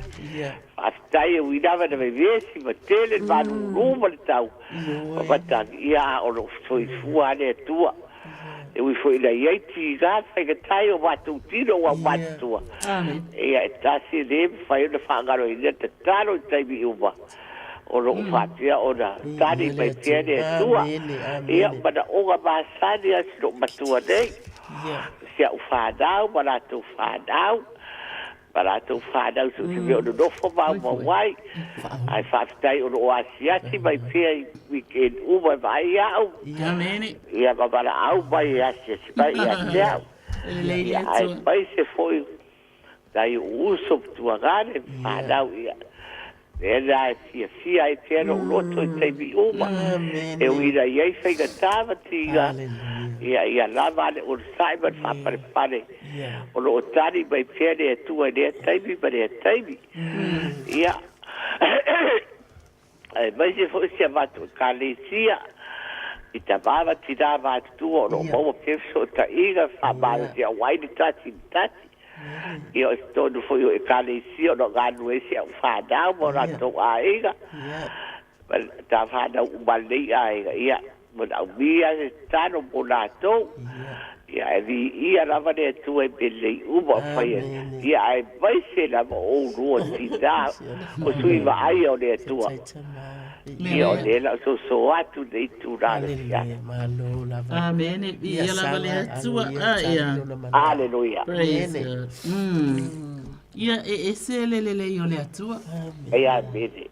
Mato whalongolongo atu. E se le mana i o le sau noa mai e tina mātutua. Hallelujah. Ai, whapena ona ngona i fo i mātou le fifia e whamalo si au mai ia i mātou fo i lini fo i vai tau o le soifua o fo i ai i mātou nei. Hallelujah. E whamalo si au mai ina i o mātou tutu mau ina i whapena fo i auna mātou mātutua o tu mau pia i le atua. Hallelujah. Hallelujah. Hallelujah. Ia whaftai ai le ata mā. Ona o se tina na te iloa tau longo ia la ua fio ona o whamanianga mō le ekalesia. Vi ia oi tabaha, vi ia oi. E whapena fo iona ia tau longo atu lau whaafonga angata mā, ona o tangata mātutua, ta māmatina ua whapena ona loa lo lātou soifua. Hallelujah, hallelujah. Whaaftai tele lava lo mātou ta mā e se le lei a wā e ui aina mātutua ai fua mai pē lava. Tai lava, hallelujah. Vi ia oi tabaha. Oh, glory to God. Ai le ngata fo i le ale atua. Po o fia lava o iai ia le to tele o le ainga. Hallelujah, hallelujah. O atunu mamau atunu ulata mai. Ua mātou tari tonu ina. Hallelujah, ta sile nei tina. Jesus. Wa, whapena na fola ai le langi ana tatalo. Hallelujah, hallelujah. I le tautawane ma le tautawatu. Hallelujah. Wa le wha pito ia tasi. Hallelujah. Ona mana onga e tuina ato o whala wa i tele lona. Alofa malan tatalo. Mo ainga uma mawhana uma. Ai maise fo iolana e kalesia. Vi ia oi tabaha. Oh, glorify your holy name. Ta mama te te whalango ina ale matanga o fio lona si fonga malana sa noa mai. A waile lei lava o Iova. Yeah, amen. Hallelujah. E whamaoni lava lau fio. E tu wai le ola le mawhawhau le loto atoa malengana. Hallelujah. Wafo e o fionga e ola. Hallelujah. E ola nei e ola i fo i lava e ola lava i le ola e whama. Amene, amene. Ole inga le o mātou loto tamari sua whamanu malo Yesu Keriso ti nā mātutua e whapenana tau longo mai. O se whamalo si au fo i le tonu i ate i mātou. I oe i le sua whamanu malo Yesu Keriso leli i. A apane a patu a paifo a au whaola. O whea lava i le vai tau ole le lalolangi le nei wo o i ai le atua. Lana te talo e tu ina atu. Ia o mātou whapenana tu e tu whaatasi atu. Ai mai se o lona soifua. Hallelujah. Aftai fo ilana te talo mo i mātou ma le radio Samoa. Hallelujah. Hallelujah. E tali tonu ina lava i o mātou loto. Hallelujah. Vi ia o tabaha. Tina mātutua, matamā mātutua. Malalato au nā whai pēa e tu ina atu. Amene. E wale ngata i le radio Samoa. Ufa pia nana la tau tu inatu so se wharewhai ngā ruenga lava. Hallelujah. Mātunu ese vi ia oelo mātou tamā. Vi ia o tamā. Tamā whaaftai te le lava. E mātou te langona ina ale monia o fionga. Mai e ui ina mātutua i lātou. Ai fua mai pia lava. Amene. E tupola ola i lātou i lotoa o lo tātou watua. Hallelujah. Whaafetai ai lea tamari wa whamanu male Yesu Keriso leli e. Ana whamanianga fo ima mātou ua mātou talia ina male nganga whaafetai. Hallelujah, hallelujah. Hallelujah. I ore sua whamanu male Yesu Keriso. Ia whapena ana whaaloa loa de soifua. Hallelujah, hallelujah. Whaafua loa pe alona soifua. Alona soifua tala ina o la wafionga pa ia. Vi ia o tabaha. Oai fo se tasi e whaalongo ai. Se tina matua, se tamā matua, o whapenana tau mamau. Ia vea, ia te taro e tina matitua o loo whapinana tau longo mai. Ia e vea fo i mata i ala ma wha maa losi fo i mo i lato. Ua lata lau toi a fia mai. Aleluia. Ia, lea tu ola mātou tatalo lea. Aleluia. Angalele ina ia maua mai i mātou e lau fio, o loo whapea ona whai. Amene. E ala i lo suafa Yesu. Amen. Amene whaau. Oka. Whawhetai. E tani tonu anu ma le mana. Ua tano whatai tansanga. Tai whamalosi. Alo lava le. Glory. Tu whatasi o tatou wafutanga tano. Whateo na whamano sia lava o nua. Hallelujah. Tino a ranga ma le pawhau taimi o malava. Amen. Ia maua pe tatou tu whatasi. Le o galo de aso ma de aso. Glory to God. E taimi fo le lea fiasi la to e fo whai wina ma le manuia fonta. Tai lava. Ia wha manuia Oh, pui glory to pui. God. Thank you, Tua Jesus. le au ala u manava e whatau nuna ma le manuia i a inga o whatani Tai lava whaau. Ia aro whatu fo i stamo sau. Ia. Kala karuenga. Ia e vi ia ne ani. Ia whatu whai e fui atu rofa tua. Whaseifua whaau. Whaseifua. Whatalo whātiri wala au le leina mālo lava le onu sai. Talo patu lo me me sanga. Hello, Nina. Malo, lava sa malo si tatou mafutanga Ia, me fui. whapena. Afia si Hallelujah, malu Jesus. ruma. Malo atu foi. Matimu. Ia. Aftaitele lava mole upa malo si ne foi po. Ia le ali. Ia e mo foi na mole atile nganga whaftai tu so talo sanga mole el na vai aso mama atu. Musia e kale sia e mai se au tina mana ia ai nga umalama se panau. Ia ia foi le tu tatou mafutanga na vai aso male. Ia tu fatu ia tu dia i wop tu. Ioe, ia. Maua nisi taini. Ese a ia fina ngalo le atua. Ia o mana o masani la tu inatu ia te o lua fa fa molmoni. Ele fa ngalo inda la si o tomato ina fa lua mana ko alo. Ia mai se sia we kale sia to mana va ia inga tasi o nai tamam tina mat tua. Se o ina ia lo mo fa nau. Ia le atua fa i wina foi se au manga luenga sa fia ngai mana lama o o nga nei whanau ka tai tele lava le atua i roanga le lei e mai se la tau o whatau tolia i mai tu ngā le nei o langa tu ina tulu matatou whanau talo lenga tai i la tau tono la ui kale Amen. a o la tau umalava o mana o mia le so soani so se me o whatau tolia ai tonu o mautanga ngase o whale nei tangata matua Praise God.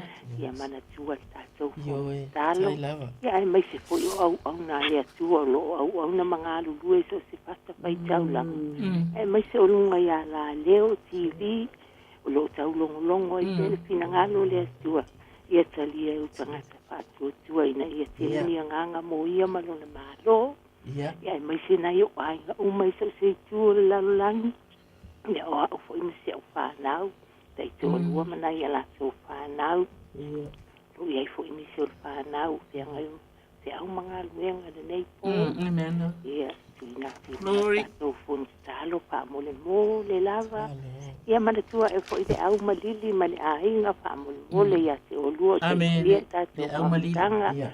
ia le vala watu le le nganga fa tai te le lava le talia mai le vala au Amen. Ia le atua. Fa mai salamo i se lau fast furu lima uso. Ia le atua ia te oi. E whaasanga atu ia te oi mata o mea malama. E te awatua fo ia lato mea ai o naso e te tau ai. O lo e wha amafola lo wa au. Ma wha ama ona le mana o mea o la malama. E ami o tonu le atua i o na ala uma. O lo o alofa ia na mea malama na whaia poka. O la mato vi inga le nata maa. E te ami o tonu. E te alofa i mea umana e whaia. O tangata tamaa. Hallelujah. Olo wa fine lea. Wa e maasani ilona leo tamaa. Ai mātou te wha leo wha atasi atu. O na manao a tiri le nei a fiafi. Ma le vi inga o fionga le atua. Le atua i le nei taimi o le nā. E apa lava i le tama ia whaamalua mo na alo. Le atua e whaapea fo ila ona mātou tali manao. Tu atu i o luma le atua whaamalua. O a lava ni whainga tā, o a ni mea whia ngai masi tama masi ana whanau le atua. Mātou te tali tonu e whaatua tua, e tali tonu le atua, e tāpua ia le atua lona soifua malolo ina, e alofangia o ia, whaalau tele le atua, isi ana whanau le atua. Ia lo lofa. Le atua ona oes o lo faata otolia a tonu wa maua di tali fia mo nisi au nisi ele i maua tonina pa ia tu pa ia le atua ngale le ia tili ngale le pe ona e feta lai o fionga le atua e te tali e uma e faasanga atu ila o fio tama talo mo au na le atu ia la le uma lava pe le vala au mai o le maola o isi mau o mau leiti o umai au kilani nei ia ma New Zealand le atua. E o lo o vivi, o lo o tatalo, o lo o fola o fionga le atua. Ma tau te si atu le atua. Vai tau le atua o le mana o mia le atua o au pero fatanga mai ngutu. O fufonga o au fionga le atua. Au fionga le atua ina ia tu lai le tangata wha vai le atua. Ia ma le tangata o lo fia maua lava. Se tatalo le atua ma le pa iatu. Feasia siai. Fe alo lofa i le atua. Ia maalosi fo i le alofa. I le vao e kalesia le atua. Le vao taitai i le vao isi le atua. Po o fe alava o iai. Ia fe avea i le alofa le atua e. Pe ona e mana o mia mo i mātou. Alofa i ona a inga i le lalolangi a atua le atua. Ana whanau ma e o lo o fea ngai le atua. Ia mga luenga ai mai se le au nanga i la wafia. Nisi uma i le ita ua mai e le atua. Anga le lei o le nei tina le atua. E pe e vala au mai o lana vi inga i la wafia. E le tau whaamana tuina e ia i la wafia. Wana i loa le atua ai maa le whaalau tele ina. Ina ia iai se tasi o whaalongo mai i le vala au mai pea. O lona leo le atua, e tali tonu o ia, o lo e whaia mea matautia ia te ia. Ia whaapea le atua, ona ave lolo wanga lelei, na i tina mātutua, tangata mātutua, o i te tonu o mao ngase e. Asi atu le atua, whaafetai mo e, o lo whiatai mao lato, whiangai mao lato, tau singa o i lato, whaafetai ta mā. Whaamanuia tō nina ma le ainga atua, le atua e, malona vala au atu le nei a whiafi. Ona o kirisa o mātou ali. Amene ma amene. Nina. Le lava le talia mai o le vala awati. Ia tonina. Ia manuia te. Le lava le tiangai ai mga ruenga nei tula o le po. O ai pele atua le maalosi le tino le loto le mafau pau. Ai sili le anganga e au nai pe. Topi matiute. O vala awina ai o lua. Ia lo fatu foi asa. Ua ia manuia le po alo fatele atu mo o lua. Ato pasaifua. Saifua ia tonina. Pasaifua. Hallelujah. God bless. Ia fa talo fa tu tatu bala lua le laina. Talo fa. Talo fa ki o lua farkua. Ole maruru. Talo fa le au malili. Alo soifua manguia. Ia to au mane ana tau mai. Ia le ri uka ko mo fo ngi ma fukanga. Amen. Ilonga lo fo mlonga le. Tau fa fa fitai. E mo mua lava nga mulea kule nganga whaafikai a ke urua wharikua kusa poi ma. Mga onga sa wha lewa kule ngava e aso wakuanga ya whaafikai. Alleluia. Wa, e ui lava nga ele ako koa le malos. A o e lava sa o mensi nga kunga e runga. Whaafikai u whaafuisia le malos. Iu la kulo mako. A ke urua wharikua o le mele mo le koele nganga whaafikai ni ngei. Ko kuso kako mafukanga ia ai. Ole ava kulonga ia lo faanga mga onga o ngei ko inga. Hallelujah. Yeah. Ia mga onga masangi lava mo aku pe ma o markinga le ainga. Ia onga o ma kua la ngonga foi ma yor kingo fikaya i pede aso mare aso. Yeah. Ia ngole. Okay. Pa kasi mayor kamale langi. Olo paso le solo mai pere lo famlonga le ye ngo de aso mo le aso. Hallelujah. Pa kai fo isaku inga fo ia manga onga. I sio ku finge win konge ya fa fo di saki. O paso solo manguia uia nga le. Ako ko ia al kalo alo fa kangsia de ia lo fangia ko longa lo fa fo sia lo malos. Amen. Ia e fa pe fo isi ko ma kuare ya au si fai o fanga ka ma kua O le ngaka ya ke ia. A o ila ko malavo kasi ia ngo fuanga. Ia mene. Ma le mako kakalo. Alo fangia ila ko o lo ngā rurue o lo kausia ila ko. Amen. Wa vaku e fa ko kuanga. Amen. Ya ila ko. Dela ko ngā rua ngawhai alo fangia. Hoa e de soi fua lau de le a mai alo siri kingo. Fa siri le nganga fa kingo ingo la ko kiuke ma la ko feau. Hallelujah. Ia le ngaka foi dea.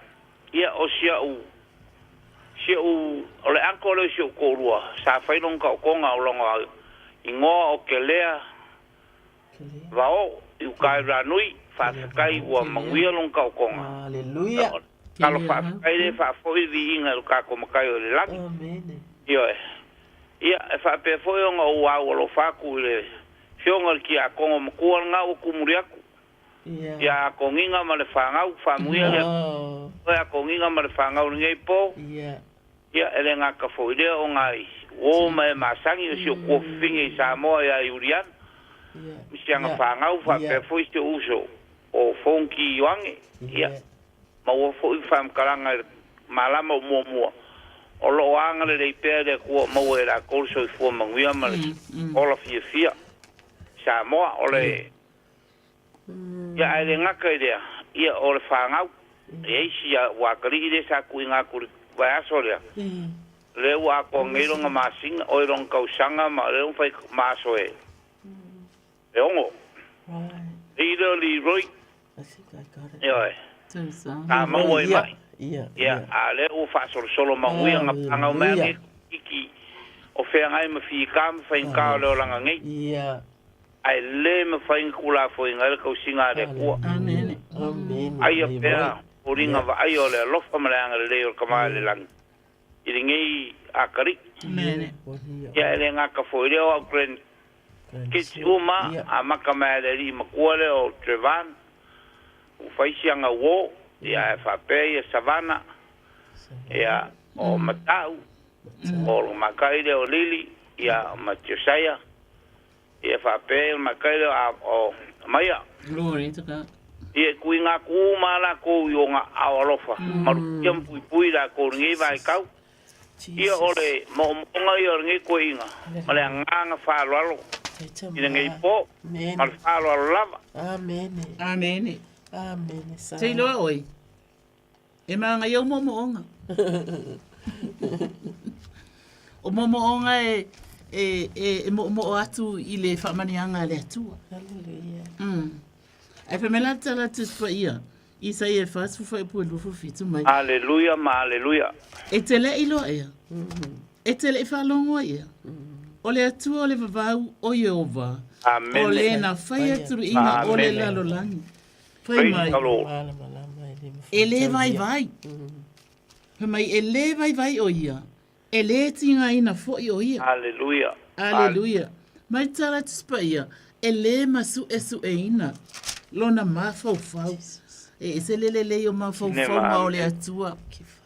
A ia. I ona tangata. Ia ai mai se fo i o lau wala au mai. I le neia fiafi. Whai mai. Nā te abatu le malosi. Ie wale ai se malosi. Oh, glory to God. A lena matau whaalongolongo atu. O lo whaasolo pea. Ia le whaasolonga o le whaamanianga le atua i lana whaamalolonga. E se lele o le atua. Pai mai o ana nafi o le aso e o lava i le whaavavau. Amen. Pai mai la o lana whaamalolonga a wale ai i e wale ai se malos.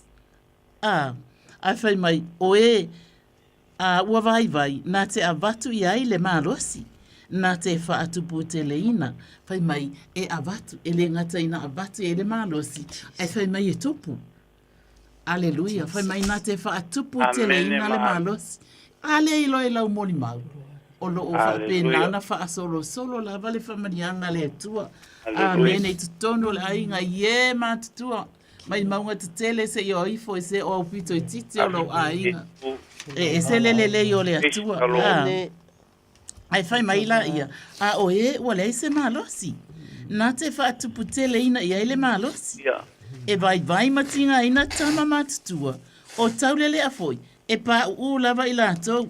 Amene ma amene. Ai e se la le o lo wola fa tari ma lo wola sa ili ma lo wola tau langolongo ile atua. Fai mai, a o e fa tari a iova. E toi fa fo wina lo la tau malosi.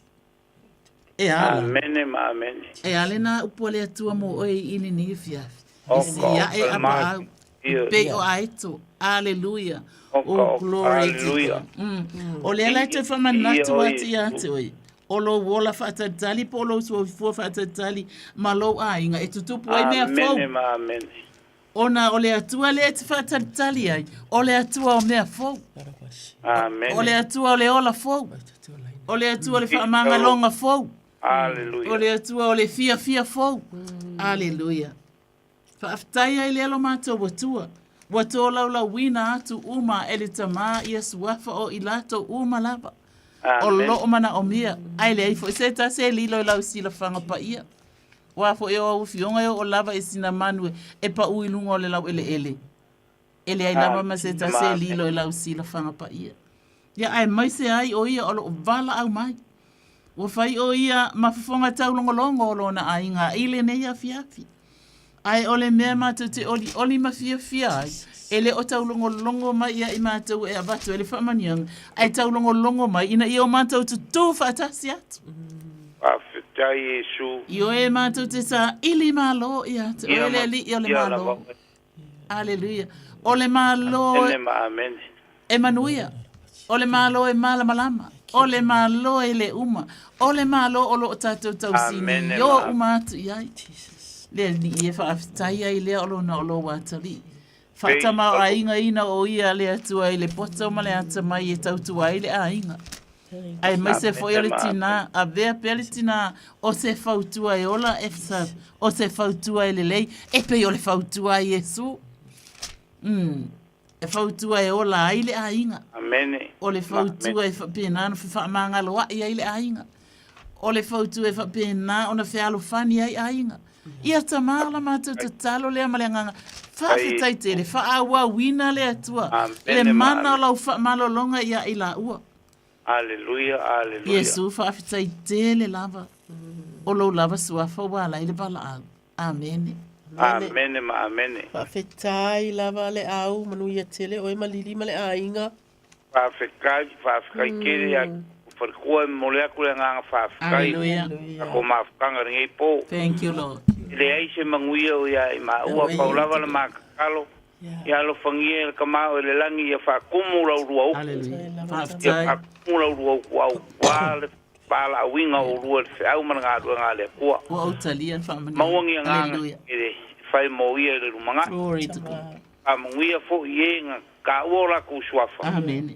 Ere masaro salo e fo i ringi kangak. A i eisi kimo le ako e kariu mahe al por kalame. Ia whapeo ngā. Amen. Mori o rua i mauka malawa e le manguia mai la ngā pio. Amen. Ia fo i re. Le ri o lo kuma le fo i re ko whai a. Ki a koma kuanga e a sau. Aleluia. Ia. O alo whaanga ngā mwhamungia ngā kuringei po. Taila. Ako koe wheiroa i le vai asa fau. Ia. Pasoi fuia. Pasoi fua. Pasoi fua le au malili. Aleluia. Pasoi fuia. Whatalo whātiri wala au ele leina, sauno mai. Malo le ono sai. Malo lava. Pai lava moro wano. Pai sau ki whanua moro wano. Ia. Whamurumori. O kwa whanua ngi o karungo whalongolongo ngō vidia. Ia. Ngō vidi mō makure vai asong te akure. Onga o sia mako ki ngā ngati mai le. Ia. Ia, ai makul whare mai, ka me wale au ngā i skofi. Aleluia. Ioi. Koe whaafo ira ia na koe i Samoa. Oi. Ioi. Wale mwhai i skofi ki mako mai a ka okoe re mangu ia. Ai roa ngā ia porare umi o rongo soi kuoi. Ia. E mauala re mai ia le kukuma. E pore kuma re uti. Tiuma. Ia. Te raranga o lo vidi aku. Ia. O kai o lo iwa ka ngeru yese. Tanielu yese. Tanielu. Ia. A o kai ka vo. E o a kos ful ka utanga o kero koe savali. Ui, kalofa. Ia o ke ka o koe runga lo muenga o sio mako ai ngam si au pa ngau le ka usi a ia ai le pai go ngo o ka sa ku pe le pai go nga o mi skele fo wa nga mi ngo ya o di ma wa o kam i mo le fa nga yo si yo le nga a vi ya ko mo pe kam fa ya ti o a finge wala wa ku ya mo so ma ba ngo ai fa kai mo lo wa ngo ya o ma nga o se ma ko kinga o ko fo i sa mo o se le sa ro ngai ngo se le sa a se la le ngo se ko lua ya mo le pa nga u ya la de ka u ma le ai si tira pia le ku o pe uma se me diro le tira pa nga amen ai me se voi ka ni ya ma le kinga ma le pa nga ya ka pe nga ko da de la u la u ngai wo pa nga u la ka ko kai ai la pa mo le o ka sanga mo si o ma ko kinga sa mo ya do ko ke le ai mo pa mo le ku ai ko u la vai ka u lo nga pa ko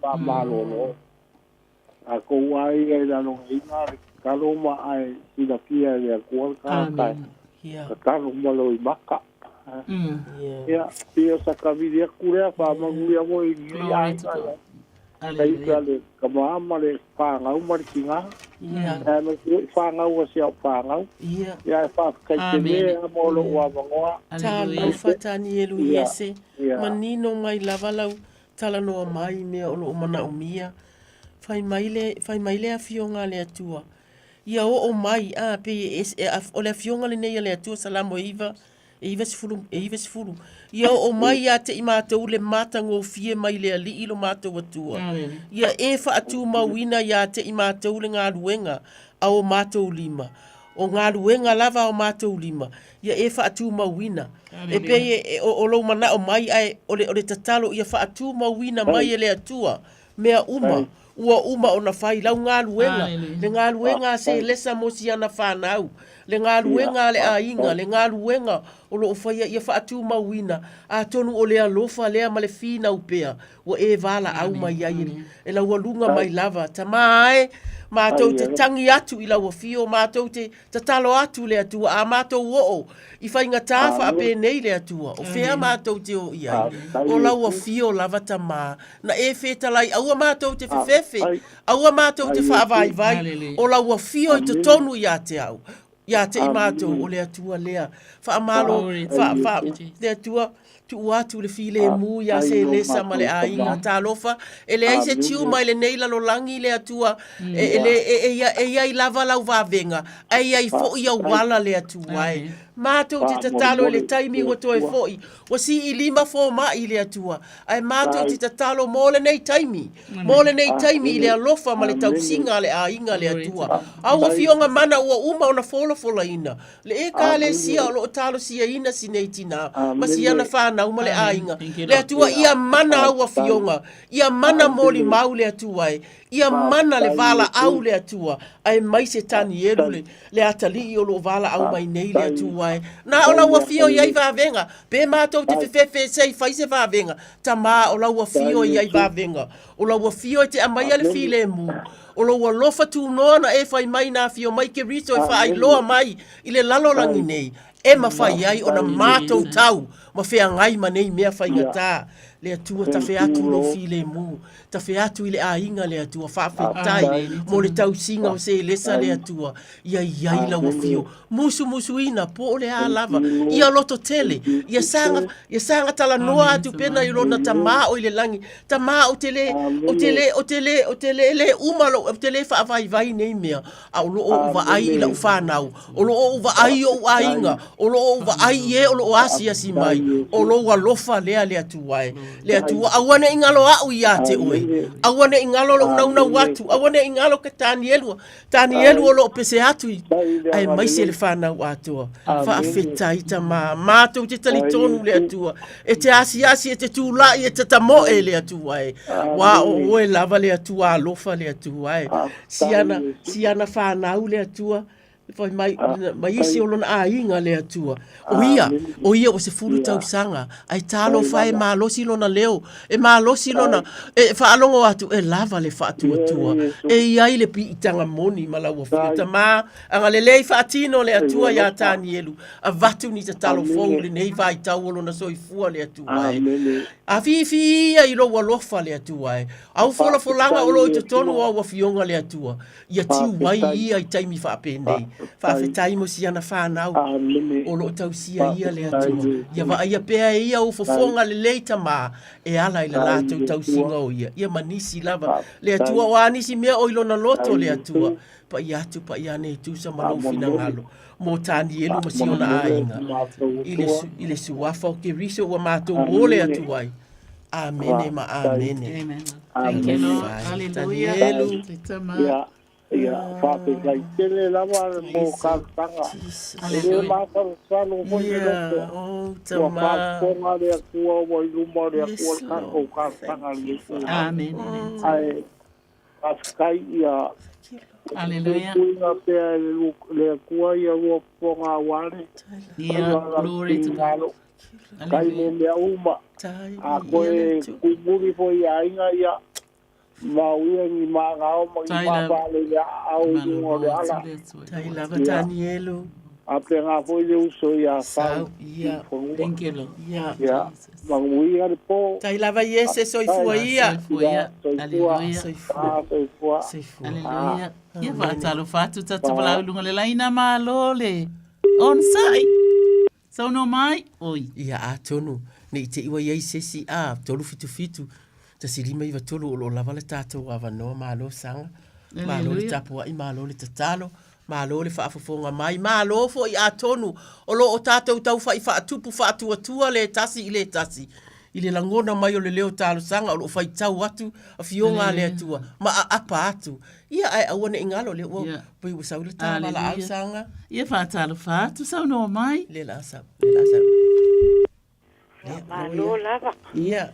Ta alofa pe ma o le ilaki. O le ilaki. Ta alofa le ilaki. Malo soifua. Ia. Malo ia te oe.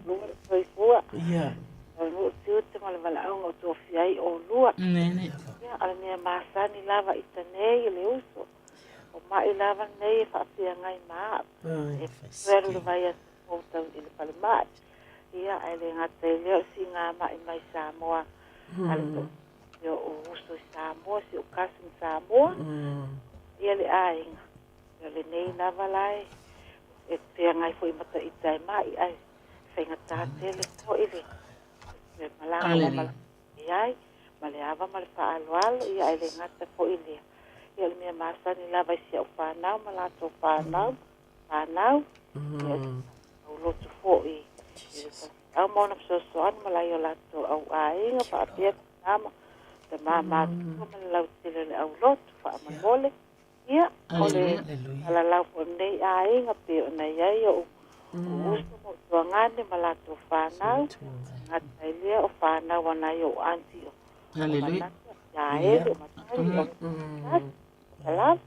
Ia, pa atena ia o ta mama tutua to la o ta mama tutua nei a inga. Ia dulu ma uso ali ma nei o lato whaitua lato a inga. Ia e wa ina sala lau i tu e fia lalangi nei ai. Ai tai tono o whiloa i lumo lea ta maa i le langi ala ki talo. Na pua inga i lea taimi ma lea taimi. Ia ma le whaaloalo lava pat. Amene. Ia le laki malo ma tala malo. Fo talo no te talo i lava i na whaalo atu e ia ma fatianga. Aleluia. Ai olo maua atu ia lolo te tele. Aleluia. Nene. Pa mai tala tu spaia. Ile salamu al fitu fa upa sumartul. Ona lato ala langa atule ia Yehova ilo lato pupunga. Na ia faula ina i lato na yo lato tinga. Na ia au maia i lato na ile poliuli ma le ato le oti. Ua na motu sia fua i o lato no atanga. Pai maila ia, o le whai pua suma lima, ia vivi i atu i la tau ia Yehova, ona o lona alofa ma ona vavenga na faia i le whanau a tangata. E se le mana i lo pole tua le wetoi. Sauno ato wa ele o ma ue ono le upu. Amene. Le o sauno atu sa o atu le tua e ala ilana upu whawina mai lana awhionga pa ia. Awa fo yo le tātou te ala langa atua tal wailo alanga mai i tātou ala langa whatas. Mai ona lātou ala langa atu lea ia iova i lo lātou puapuanga. Wal mea le o tātou suru whai atua ia iova. O ia o le tali o mana onga ese. E iei taimi e whapena o na ngalua ina fo inisi a sa ilinga pe o fo maima ia le whamalolonga mana le atua o wa o mea e ngalue atu. Mangalue ifo, mangalue ane, mangalue ma iele mana o le atua. Ai la taimi. Praise God. E langona atili ai. Ia na peia iala ia lea. Wole ai lawa sitas. Whai mai la ia lea. A o whiala o ielo tātou watua lea tātou te tali tonu matapua. Ia whai mai na te le tu ina lava i tātou. Ia mā peva o tātou vai. Hallelujah. Hallelujah. Whawhitai ai lea alo mātou watua i la wafionga mana wa e toi whamanatu mai ai mātou. Whaatasi ma leilaki. Whai mai na ia whaola ina i lātou na i lo lātou tinga a wa wata ua mai elo wafine. Ona o mawhatianga. E ala na mawhatia ona walangona le tinga i le malosi. Malosi o le tino ia po ala toto o pona aivi. Ia wa whapena ana a fia ai o le mawhawhau ma le anganga. I oe, ai, ua mātou toi whamanatu ia le laki. Po ai fo i se tasi o maua i nei mawhatianga. Tātou sa ili malo i le atua. Ele i uma le whaiva venga o le atua. Hallelujah. Whai mai o whafo o tutonu. Hallelujah. Whai mai e mawalunga e loloto. Olona alofa e le mawha atusa tusaina e se tasi.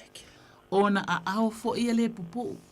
E a apane, a apate, apa ifo, e a apa mai. E a apa mai la, e le wha nofo tātou. Ai whai mai, e a apa mai, ma wha atu la ia i tātou. Mai ma whatianga ese. Ona oli ai leo mātou loto i le nia fiafi leli ie. Mātou te wha lata atu i la wifio. Ma le anganga wha maua lalo. Papa i ane, papa i atu, papa i fo. Le mana lau upu i lau wafine. Malona a inga lau tele. O lona tima, o lona tina. O le a inga o siona te olua. Malona a inga. O hallelujah. O ai ea mātou te o iai olo o iate o e upo le ola leli ie. Whawhetai ai lea le suafa manu malo Yesu Keriso le tua. Whapenana sausawina le nei ainga le toto pa ia o Yesu Keriso. O le ulu fafo ma le ulu fale le atua. E te leo ina i mea umeo iai awafoi. O oe o le leo maa moelele. E te le tuina i mātou ia mape peva o mātou vai. E whapena i ona e a apa atu. I lo wa fine male whanau. Ai mai se o ia. Le suafa manu malo Yesu Keriso leli ie. E te whatu lai ia te ia. E te pai atu. E te uu iona lima le atua. Whaamole mole le atua. E te lango atu. I ti ngā o lona tino. Ai talo le suafa manu malo Yesu Keriso. Ia whatu puina lo na nganga whatu atua. Malo na nganga wai atu pēr ia te oelo mātou tama. Ele i umalo whaiva venga Iova. Whaafetai tele o siana whanau mai e mātutua se i se o pito i titi lo mātou watua. Whaapena nanga le leila o fio lo mātou tama. Le tupu oio tupu ma le alii oio lii. O oio le lii o le manu malo. O oi foi o le whaola. Ele i umalava lo wanga le lei. E ala ya Keriso Yesu. Amene. Amene. Leila ki. Lua ngā lofa ma le anga le lei. Hallelujah. Sei mo te wala awatu te lia ma le whaalal ma le whaatai. Hallelujah. E ma i asu tātou se ila i poi. Ia nia le atu e taime fo i atu e fo i olu i a inga. Amene. Ele lava mole. So sani mai o lo fianga i ma le nei tangata. Walo lava. Se fole la ki. Se fua ia le la ki. Se fua. Se fua. Ia o loo ia ile ava noa tolu fitu fitu. Ta silima. Iva tolu fitu fitu. Ta silima iva tolu.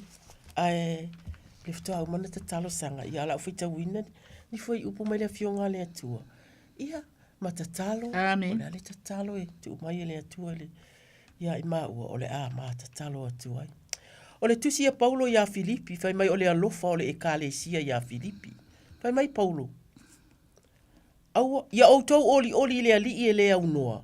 O te toi fai atu ia outou. Ia outou oli. Ia iloalo outou anga malu e tangata umalava. Walata mai le ali. Aua ne ipopole outou se mea tasi. Ia fa ailo atu o outou mana o mea umalava i le atua. Le tatalo, le faatonga, atua ma le faafetai. O le manuia fo i mai le atua. O lo o siri lava i mea uma e manatu iai. E leo ina ai o outou loto. A toa mo outou mafau ia Keriso Yesu. Ma le fai upula ai o te wha mama faina. Le au usoe o le toe upule nei. O mea uma ua moni. O mea uma ua tauleleia. O mea uma ua tonu. O mea uma ua mama. O mea uma ua matangofie. O mea uma ua longo leleia. A fai foi o se isi ami o lelei. Po se tasi mea vi ia. Yo outou mana tu natu ia lava mea. O mea fo i wa o ina ai outou ma outou talia ma outou fa alongo iai. O outou va ai mai ia te au. Fai mai pauro mea outou va ai mai olo o faia. Yo outou faia ia mea uma. Ona ia te outou lea. O lea tua e ona o le manuia. Ta ma tau te puno nou ma ta talo atu po o ai se tasi lea tua. O iai le fa le o lo o tinga pea le atu ai o lo iai pea ngase a tonu ele ai se ava noa e vala au mai ai o lo o tatalo foi e tali tonu i la fio e te ele ai se me o faingata i le atua i le la mafutanga ai matou te faale o atu nei a fionga le atua ai a wa matou te tali tonu ele lei tele mo i matou le atua ai le atua matou te tatalo fe so ani mai o matou mafau faunga le atua. Mea matou te mana tu natu iai. O le fai ngofie ia o na matou faa vai. Pe a faa longo atu. Wa iai si fai ngata e tasi le atua ai. Le atua ai matou te iloa. O le alava matou te iloa. O lo o iai la ua fionga. O lo o iai le vi inga. O lo o iai le vala au. O lo o iai le uso. O lo o iai le ekale sia. E mawhai o na maua mai iai le si fiso ani. Ai matou te tatalo le atua. Ila matou mafutanga lilo malaua fio e le ilo mai e se tasi. Ia mawhai o na matou mafau e pei o la Paulo le atua e. Fa atumu o matou mafau i mea matango fie ua uma o na whaia e la ua fio mo i matou. Mea ua uma o na whaia e tangata e wo e a inga mo i matou le atua e. O mea e longo le leia. Fia i o matou loto. O lo fia mai fo i ta maa awane i ngalo. Tu pipi i mau i lalo a matou api ma mea nai tusi mea ia le atu ai. Lea te feta lai lau au na o Paulo na nai loa nei mea uma le atu ai. Lea fe mai ia o matou mana tu natu nei mea fa atonu o matou fau ta maa anganga pa ia lo matou fisoani. Fa fetai mo Keriso na maliu mai na maliu ona o matou wangasala. Le anganga pa ia le fisoani sili le atua. Aua ni ingalo ia i matou le atua. O laua fio o tatala pea le ava noa i lea taimi ma lea taimi. E le tapunia le whai toto au le matou o atu. So o se taimi le atua e. Ia o matou i loa o atu ta maa. Ia o matou mafau le atua. Aua ni ingalo le atua. Lo wanga le lei taimi wa tea. Lo wanga le lei le taimi nei le atua e. Le anga le lei o tangata le atua. E o lo asia si atu le e ka le sia. E le mawhai o na ngalo. Ia la tu tatalo. Wa le lotu mai toma. Wa le o mai le a inga lea se i whai se tatalo. Pe o winga nao o taitai o matou e ka le sia. Se i tatalo a e monai a inga ia ta maa. Matou te tatalo le atua. Ia o matou manatua. E le o mea ia o lo e whaia. E ala i o tangata i talito tonu i lau a fio. Ia mātou te tatalo ai, wha amanatu mai pēa, ia i mātou i lea taimi ma lea taimi. Ia while mua mātou mawhau. Ia teu mea le lei, ia sa veu le, ave ese iti, ia le popole ma le atua tu vale. Ai tu umailo manuia, le manu, le atua ma le lao lau a fio. E ala i le alo lofa o le ainga, e ala le alo lofa o le ekalesia. Ia e maise fo i le iti o lo vala au iai matatalo atu isi le atua. Mātou te tatalo pa i atu. Pa i ane, pa i ifo ua ao le atua whamanatu. Ona o ke rise ua mātou wole atu ai. Amene ma amene. Amene. Glory to God. Ia vi ia le atua. Ia se uwhai foi se isi tātalo. Amene. E ili tatonunga. Olo to tele nisi olo o. A whapena ona le sa o loto. I vai inga ese. Alleluia. Ai, o le talatus pa ia a o e whaatatali a Iova. E tu e whaafowina lo lato malosi. Pai mai lato te sia e apa au. Pai mai lato te whemo e. Ai le vai. Alleluia. Mai lato te sabavali. Ai le tingaina. Awai ai vai tau o le soifua. O le mawhai ena tā momo e tātou. Alleluia. O le ngata lai le vai. O vai. Ai wa vai fale nganga. Ia matino. Wa vai le mafofau o le loto male nganga. Alleluia. Ai o le talatus pa ia. O le whaalango atu ia te oe. Ia te oe le atua. Ia e whapena ai ona whemo ei ai le vai. Alleluia. E ia le tangata o lai ta ati e lunga le moenga se tu lou. I ngā se. Alleluia. Praise God. Te iloa oe. E mawhai ona e tamoe. Alleluia. Wa ave e seina. E pena ona malo silo loto malo wanganga. Wa fo yo le mele na o lo sa ili mai ai le atua. O tatou loto manganga. Alleluia. O le mena ele atua fa mai. O le mei ai le nganga o le atua. E ai le. E ai le sa o tonga. O wa o ila e whapena ai o na wa aia e o mata I maunga. Alleluia. Wa foi wa e loa le lei ia male pae mai o le nganga o le atua. Wa aia e o tātou mata I maunga. E o mai ai lo tātou fisosoani. O le talala le tuspa ia. E le se fisosoani e mai le fua le maunga. Po se la au o tu nungo le maunga. Ai whai mai o le fisosoani e mai ia I e o vaia. Oka. Alleluia. Wa fesosoani mai le tupu ia te oi. Wa fesosoani mai le tupu ia I tātou uma. Wa fesosoani mai le atua le whaavai ia I Samoa. Oh, hallelujah. Praise God. O le atua, na te le whaangaloina, oe na te le whaangaloina I tātou. A tātou momoe. E tātou te momoe file mu, ai whai mai, o la lava ia. Ele moelo tātou atua. O ka se atua e na alofa fua, ma alofa muti vale. Whai mai o le mea e te ta oto ai ma o ta oto ai le sila whanga le atua. Ele ai ma se pouri uri. Ei ai le malama. Oh, hallelujah. O le mea la lea e tātou tau mawhai. Ina I o tātou whaatua tua tili atu I lo tātou atua. Hallelujah. Praise God. A wana te sila fia mai lo loto ma lo fina ngalo ma sila fia mai lo loto. Pai mai la ia asa ili la tātou e maua.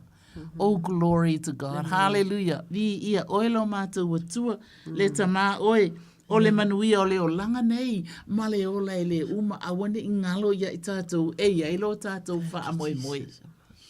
O le tātou wha moe o le wha moe ola. E te le wha moe te la tue whaisau pisi nisi le langi.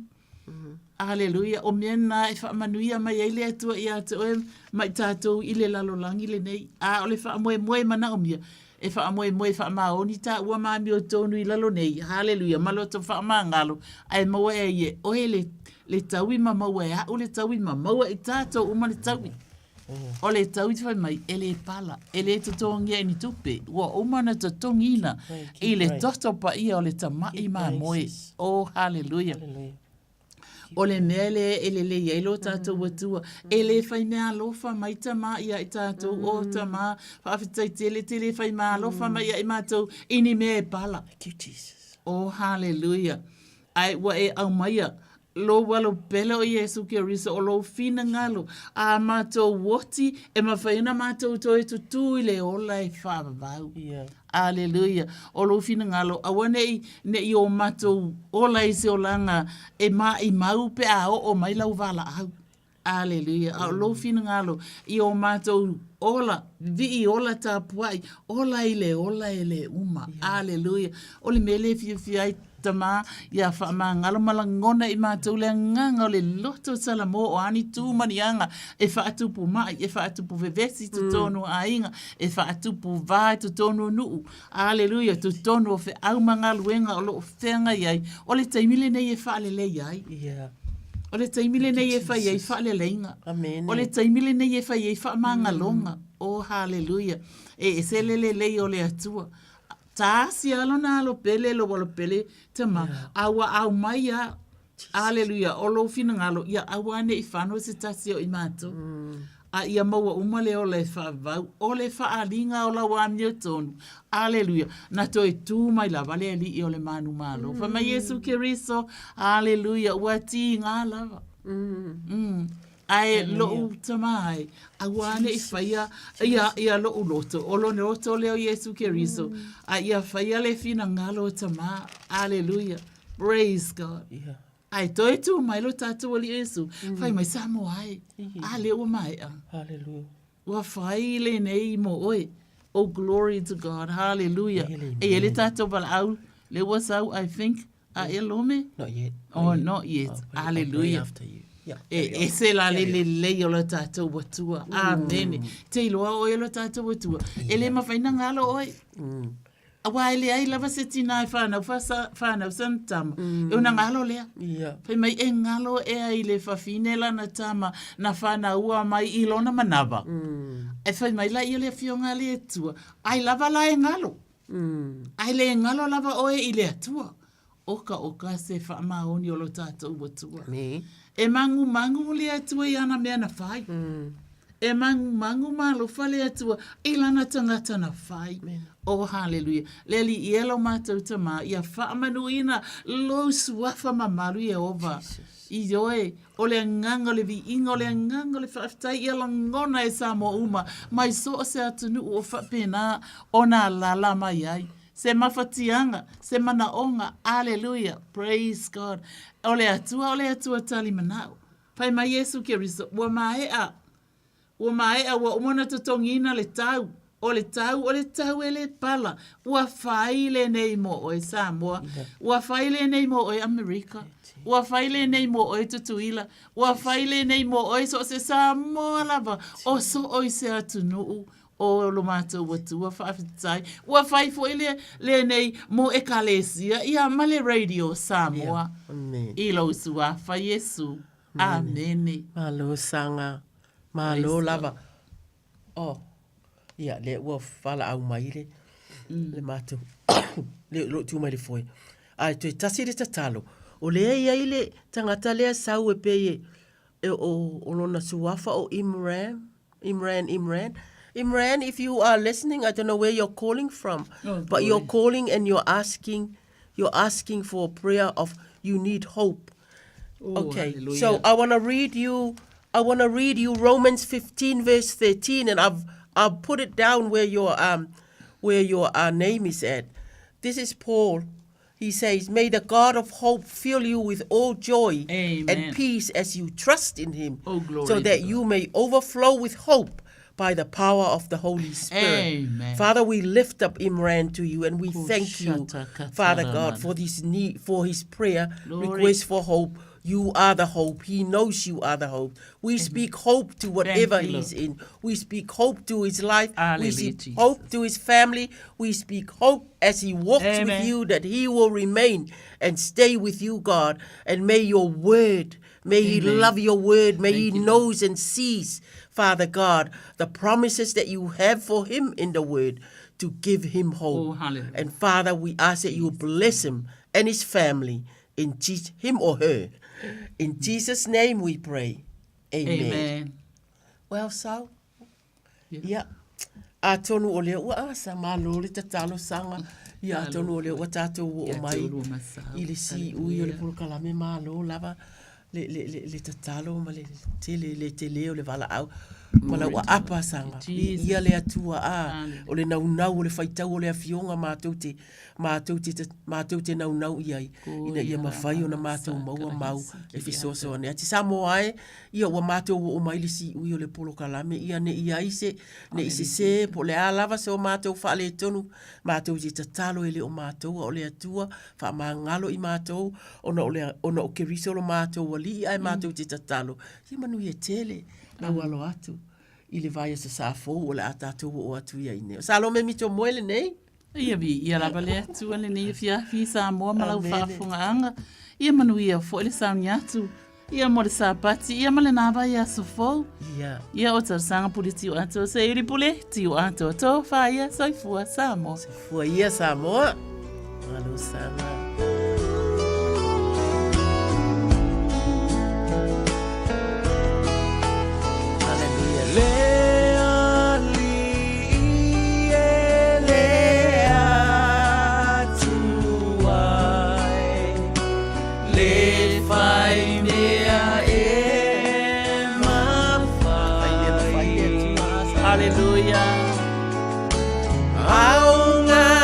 Everything is possible with you.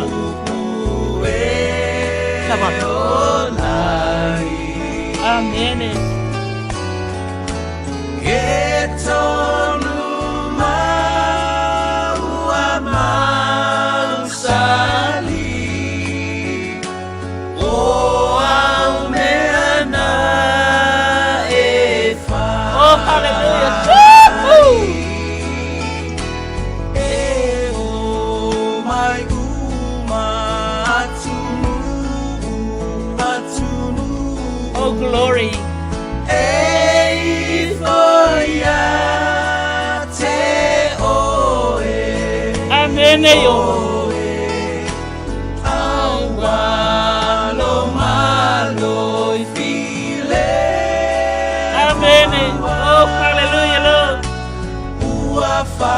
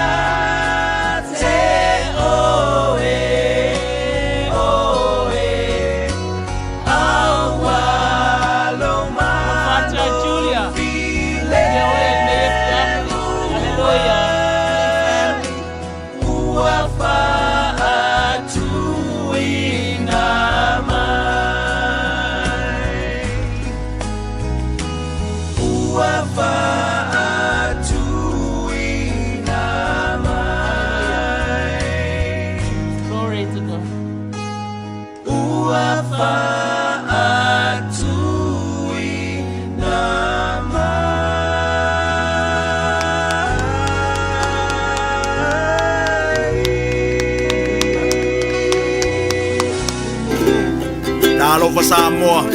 Wa ule ne yo kasu tialu, a wale suia lingila wa ule kio.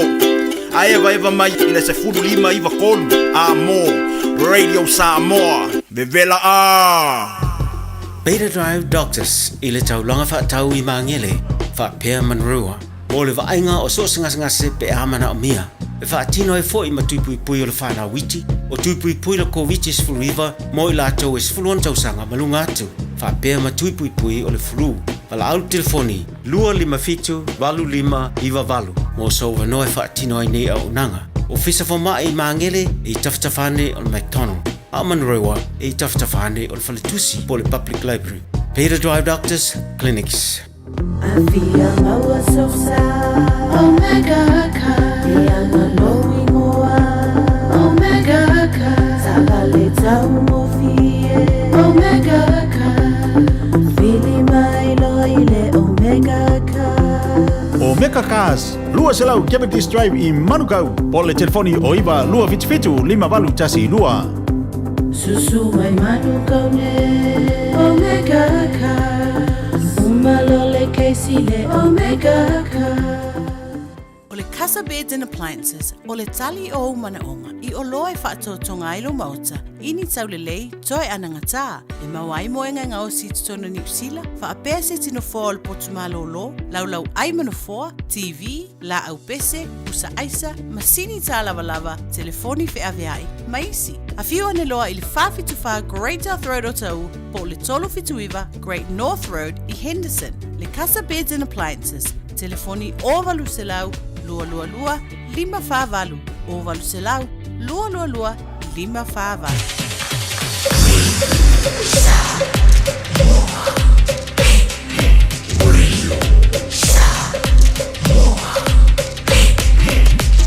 Tasilingo iwa tu, amo.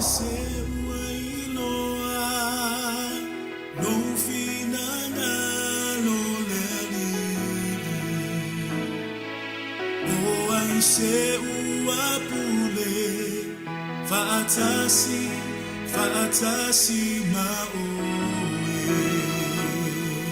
na e foa I mai na e faia mea uma o oe lei uma ia vili ia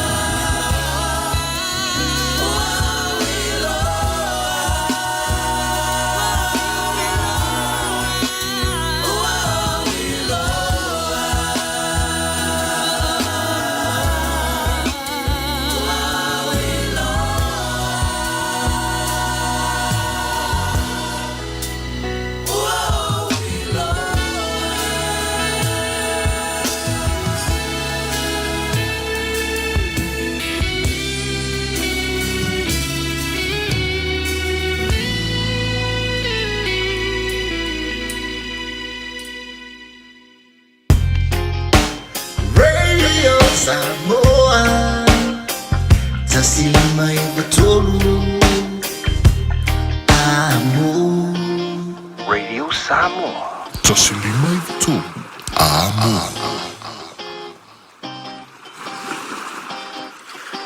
Fie mea whai mga yoinga le topi tunu ua awina atu ona o le lango ale Auckland Council e ala mai I local boards. A whai o lea fia nei loa I le silia ma le se lau tolu sfulu ngā yoinga. E le aise tutongi pe I titi fo I le tau I le wha moe o le Auckland Heritage Festival o le Neitau Sanga. Mo le mau I le piitanga o le Pasifika, matama ki makaurau e ala I Savalinga, talanoanga ma whaalinga. Mai le aso luasful valo se tema e o atu I le aso sfuma tolu o Okitopa. Mo nesi whaamtalanga tanga iane I le awa Auckland. NZ. Afia maua sosa Omega Ka Diana Lowi Moa Omega Ka Sabaleta Umofie Omega Ka Fili Mailo Ile Omega Ka Omega Cars, lua selau Kepetis Drive I Manukau. Pole telefoni o iwa lua fitu lima valu tasi lua. Susu mai Manukau ne Omega Ka Malole Keisile Omega Ka O fuafua sau tafonga I Samoa, manatua le Return to Paradise Resort. E fast full tolo na potu whaapea vile se luas fuluiva. O se whalitel malo e whetau le lei mo tafonga, po o whaatasinga a inga. Whai eilo wasu tele le whalisa o tapena ina mo le lua wha moe moe. E o atu le whase lau tangata wala au lia talia. Return to Paradise na filifilia le toa Samoa. E whai malolo ai. Langolango le whalitel malo e umia mga lulue ai tangata Samoa. Tanga iane le returntoparadiseresort.com pe wala au lua lo ofisa malanga. 24 hours a day, 7 days a week. Radio Samoa streaming live on www.radiosamoa.co.nz. Lewa tula mai le tātou teimi le wati luas fulu mo le tasi minute le tutoe o na tālo leo le itula sfulu. Whamatafi tuai ma le tātou porkalame ia mai nai tina api o nei le tātou tautua. Ile nei a fiafi ma le tatalo mo oe. Ia pe o na whamae atu le nei vaianga le a fiafi ma le tūlanga. Ia o le la ua fo I tautua. Ia mo le tātou o tinu e ana le tatalo mo oe po le tātou porkalame. Ia pe o na masani e a fiafi o aso whareile te tasi. Ia ma le tautua le Radio Samoa sfulima I vatolu a mo porkalame nei. Ua whaanganga lava foile nei foi tu lama nei minute. Nei e tātou si mai tuai lumo le atua. Ka ko mai loa te talo. Ioi. Ai ke loa kakalo le ke le kako ke miringi. Anga e sau whai e lungo lau e kakalo. Pe ua ke le kako kakalo mea ai. Ioi. Kusanga ole mea ngat ka aki ole mea ai o ruma. Ta talo loa nga umar kakalo ai lo. Yo le sikaimi o kakalo alo mea ai. Le sikaimi o kakalo alo mea ai. Lo ingana le tātou po kalambele nei a fiafina ia sosuani. Le ngata mo siau ainga lo o a fea I ngase o le tino. Ia le ngata I nei au se Talia, Amerika, Samoa. Ia ma Samoa. Ia maso se atu nuu lavo le nei la lulangi. Ia matulanga pe o nei ele soifuanga nei wa o mea moni aia. Ia tātou tele manolosi ai pia I teimi uma maso uma e iaia le teimi e a fea I tātou I mai o le tino. Pena le wingala na o le tātou porkalame o whaingo ino le tatalo mo oe po le Pray for You. Ia o le tūlanga pe o nauto wa amai e nai tina pātou teia le tātou porkalame. Manatula o maua se whaasili ngā malosi le tū wha le anganga. Ia ma le tātou si ngā mai lumo le tueala le tatalo. Ia masina fesoasoani ma se whaamalosi mai le awhionga pa ia le atua. Ia ine whapena ona anga le lei mai ei le atua mo le tātou porkalame le neia so whareile. Ia a whapea na misilo wa wanoa I le neia so whareile. O wana ingalu ia te oe le tāo le wadu le aso whareile o le vei aso asau. O le atu e maua sisi o na whapoponga o le tātou porkalame le na mo le whaafonga mai a le tātou. Tenu toe o whalofatu le tātou porkalame. Tātou o tenu ua o whapena ona whaafonga mai, ia, ma ua mai lava le tātou porkalame se uso ia pesa Roberts I oe, lai mafuta mai se mea. Ano vātu uso whaaften whatasi mai, Leonardo Mapusu heiso fatalo fatu le fu mafuta mai ile nei fu vanga le fiafi ma le tanto proclame ma le telo oto ia le fata se mai le tanto tua so val minuto da talo sfulu sia kako pese o maru ru de fiafi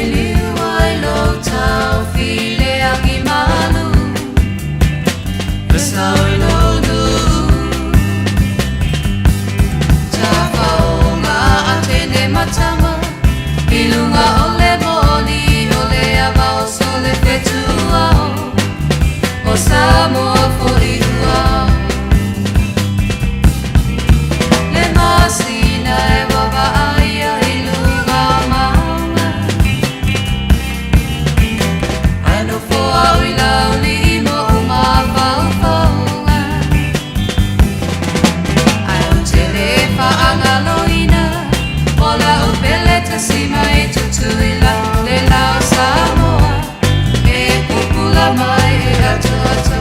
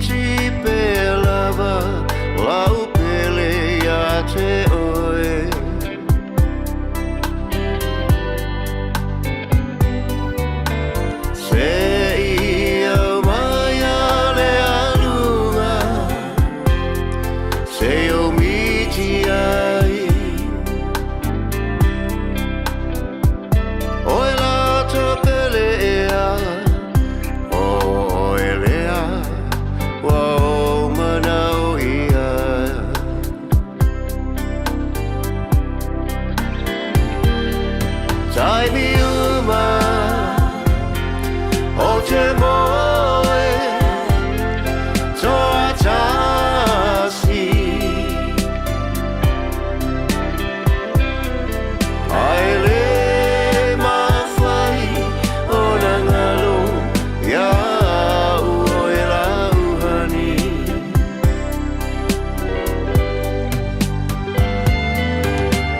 se i au mai ale alunga se o miti ai oi la tapelea o elea o manao iai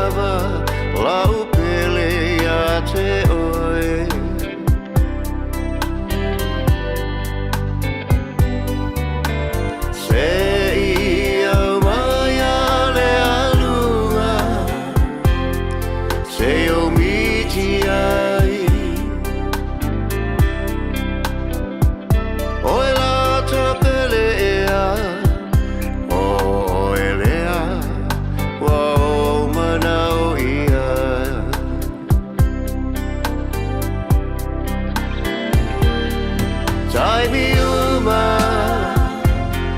o te moe toa tasi ai le mawhai o na ngalo ia ua e lauhani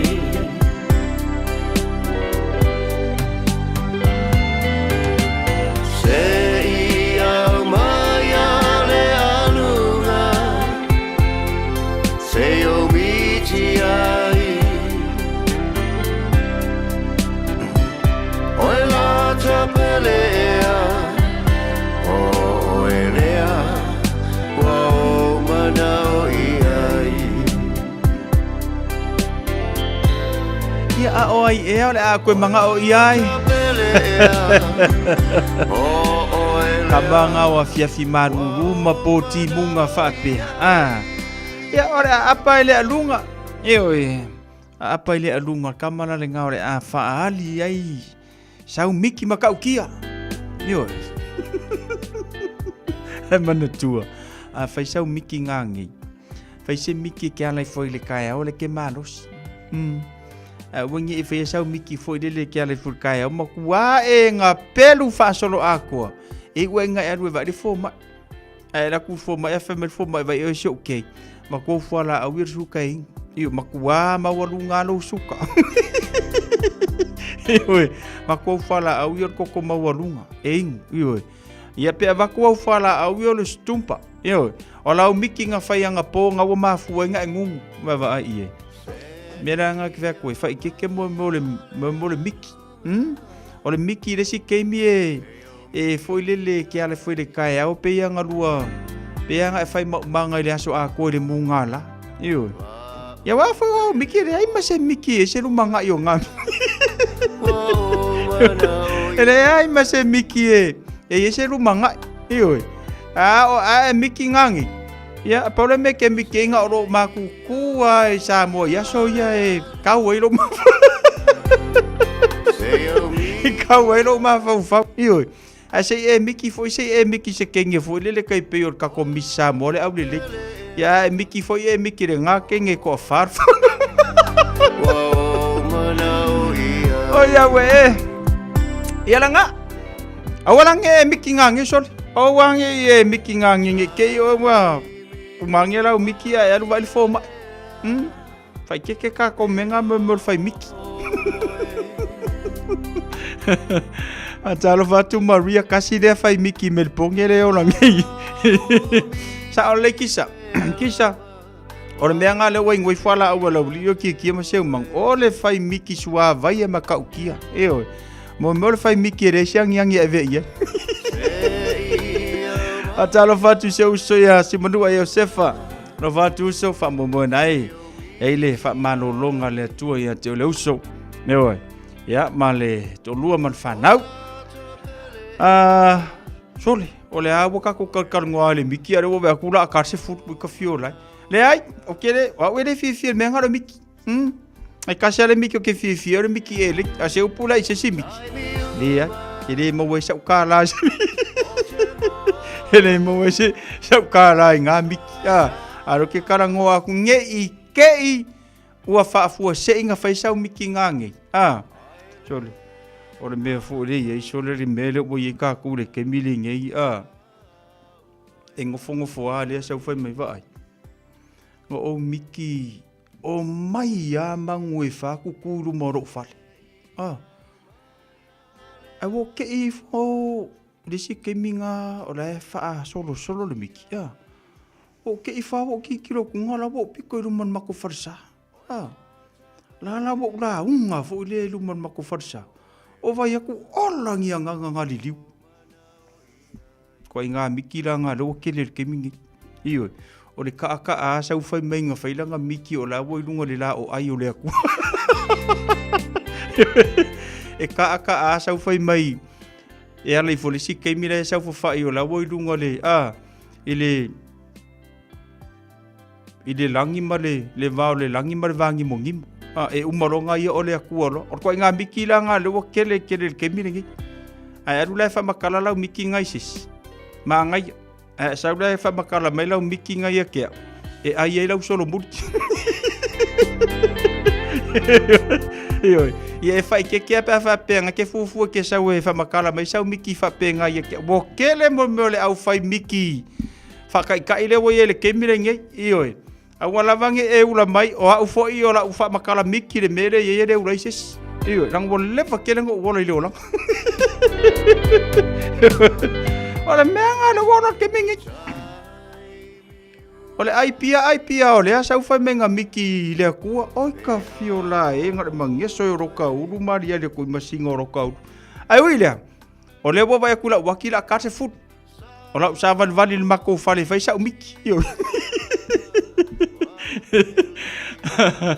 Ala fatele mo to fa tai mo le tato maftanga ile nei afiafi io ya ngale leile tu I fufuanga le ngai po fufuanga ile aso ataiao ya ma fufuanga le aso sa o tato to fuata to ma fufuanga la ia ai va ai fa nga solo le leia fufuanga I tano le tau o taiao e fa si pisi lo wanga I on male va lele ki longa wolo umai ka koule le shopping foula le wakakala I e umalo le sami shopilo io ia pe woko vai ya mako kuai io e umalo mako fare samilo al mera le ki e umalo le shopping center samilo o le winga la tala a fa pe na te sauni te malanga I Samoa pe te sauni te malanga I Australia po fera va sa kungole la lolangi ke sauni ke malanga ai ia fa vave ona e malanga le malaiva lele la so ataya ole ngo siaki akula u ngai omi akula u kampiuka le va fo ya ko wa ule faima fa makala ku miki ola miki la le fa makala ku le fa makala ku ole ke fa mai e pisika ya ole ngai malaiva lele ma fu mai la ia ole te talanga le shopping foule na mata mai le so na nafi kere ke ala ia le shopping center po ame fai au ke kea ia oi lau malanga ni te wa tuai ia nga oso ai le ro ngase ai le lunga le awala po le me le mo di le ka ke le kiu to le mi kiu me la le na le bo fau tuai na ia va le malava le aso ata yao fa pena fo male aso sa ia maybe Monday ia ke va ia o ile malava le ia o nga faisi piso le alu le malava le ona fufuanga na mo le aso ata yao ia pela no fer ku kile popole ai le shopping center po ame fai ia ai o te popole ni te wale mawala va ia mai pio nga ke alu se maliu pe te alu se fa pui ponga pe te alu ala fa la tau ainga na i vea la na le te fa manatu mo e le pole nei pe fa pena te sa ni tai au ia tu langa na le atu putai au le tatu anga ia tu le maleva lele ia ta pena mau ia wala vani e tuai ia matulanga pio ni ye lau fainga malanga i le aso tai au mafuafuanga fa unga le niva yaso tato por kalambele na anga le leile tua i malo longa a meise ia fufuanga tai au ma sa ni ngalo tu le sa ia tato felo ia ile aso nga fu au sa le so nga fu au nga faisa miki nga ngi po kai au po le aso sa so le so fu fa makala io fa makala ku a po le mengo i la miki le pe unga ngi va yaso ai lo fatele mo oto mo bia tele ni va ngola fiafi sa si fonu seu ia manuia malo longa nei po fa so fu ia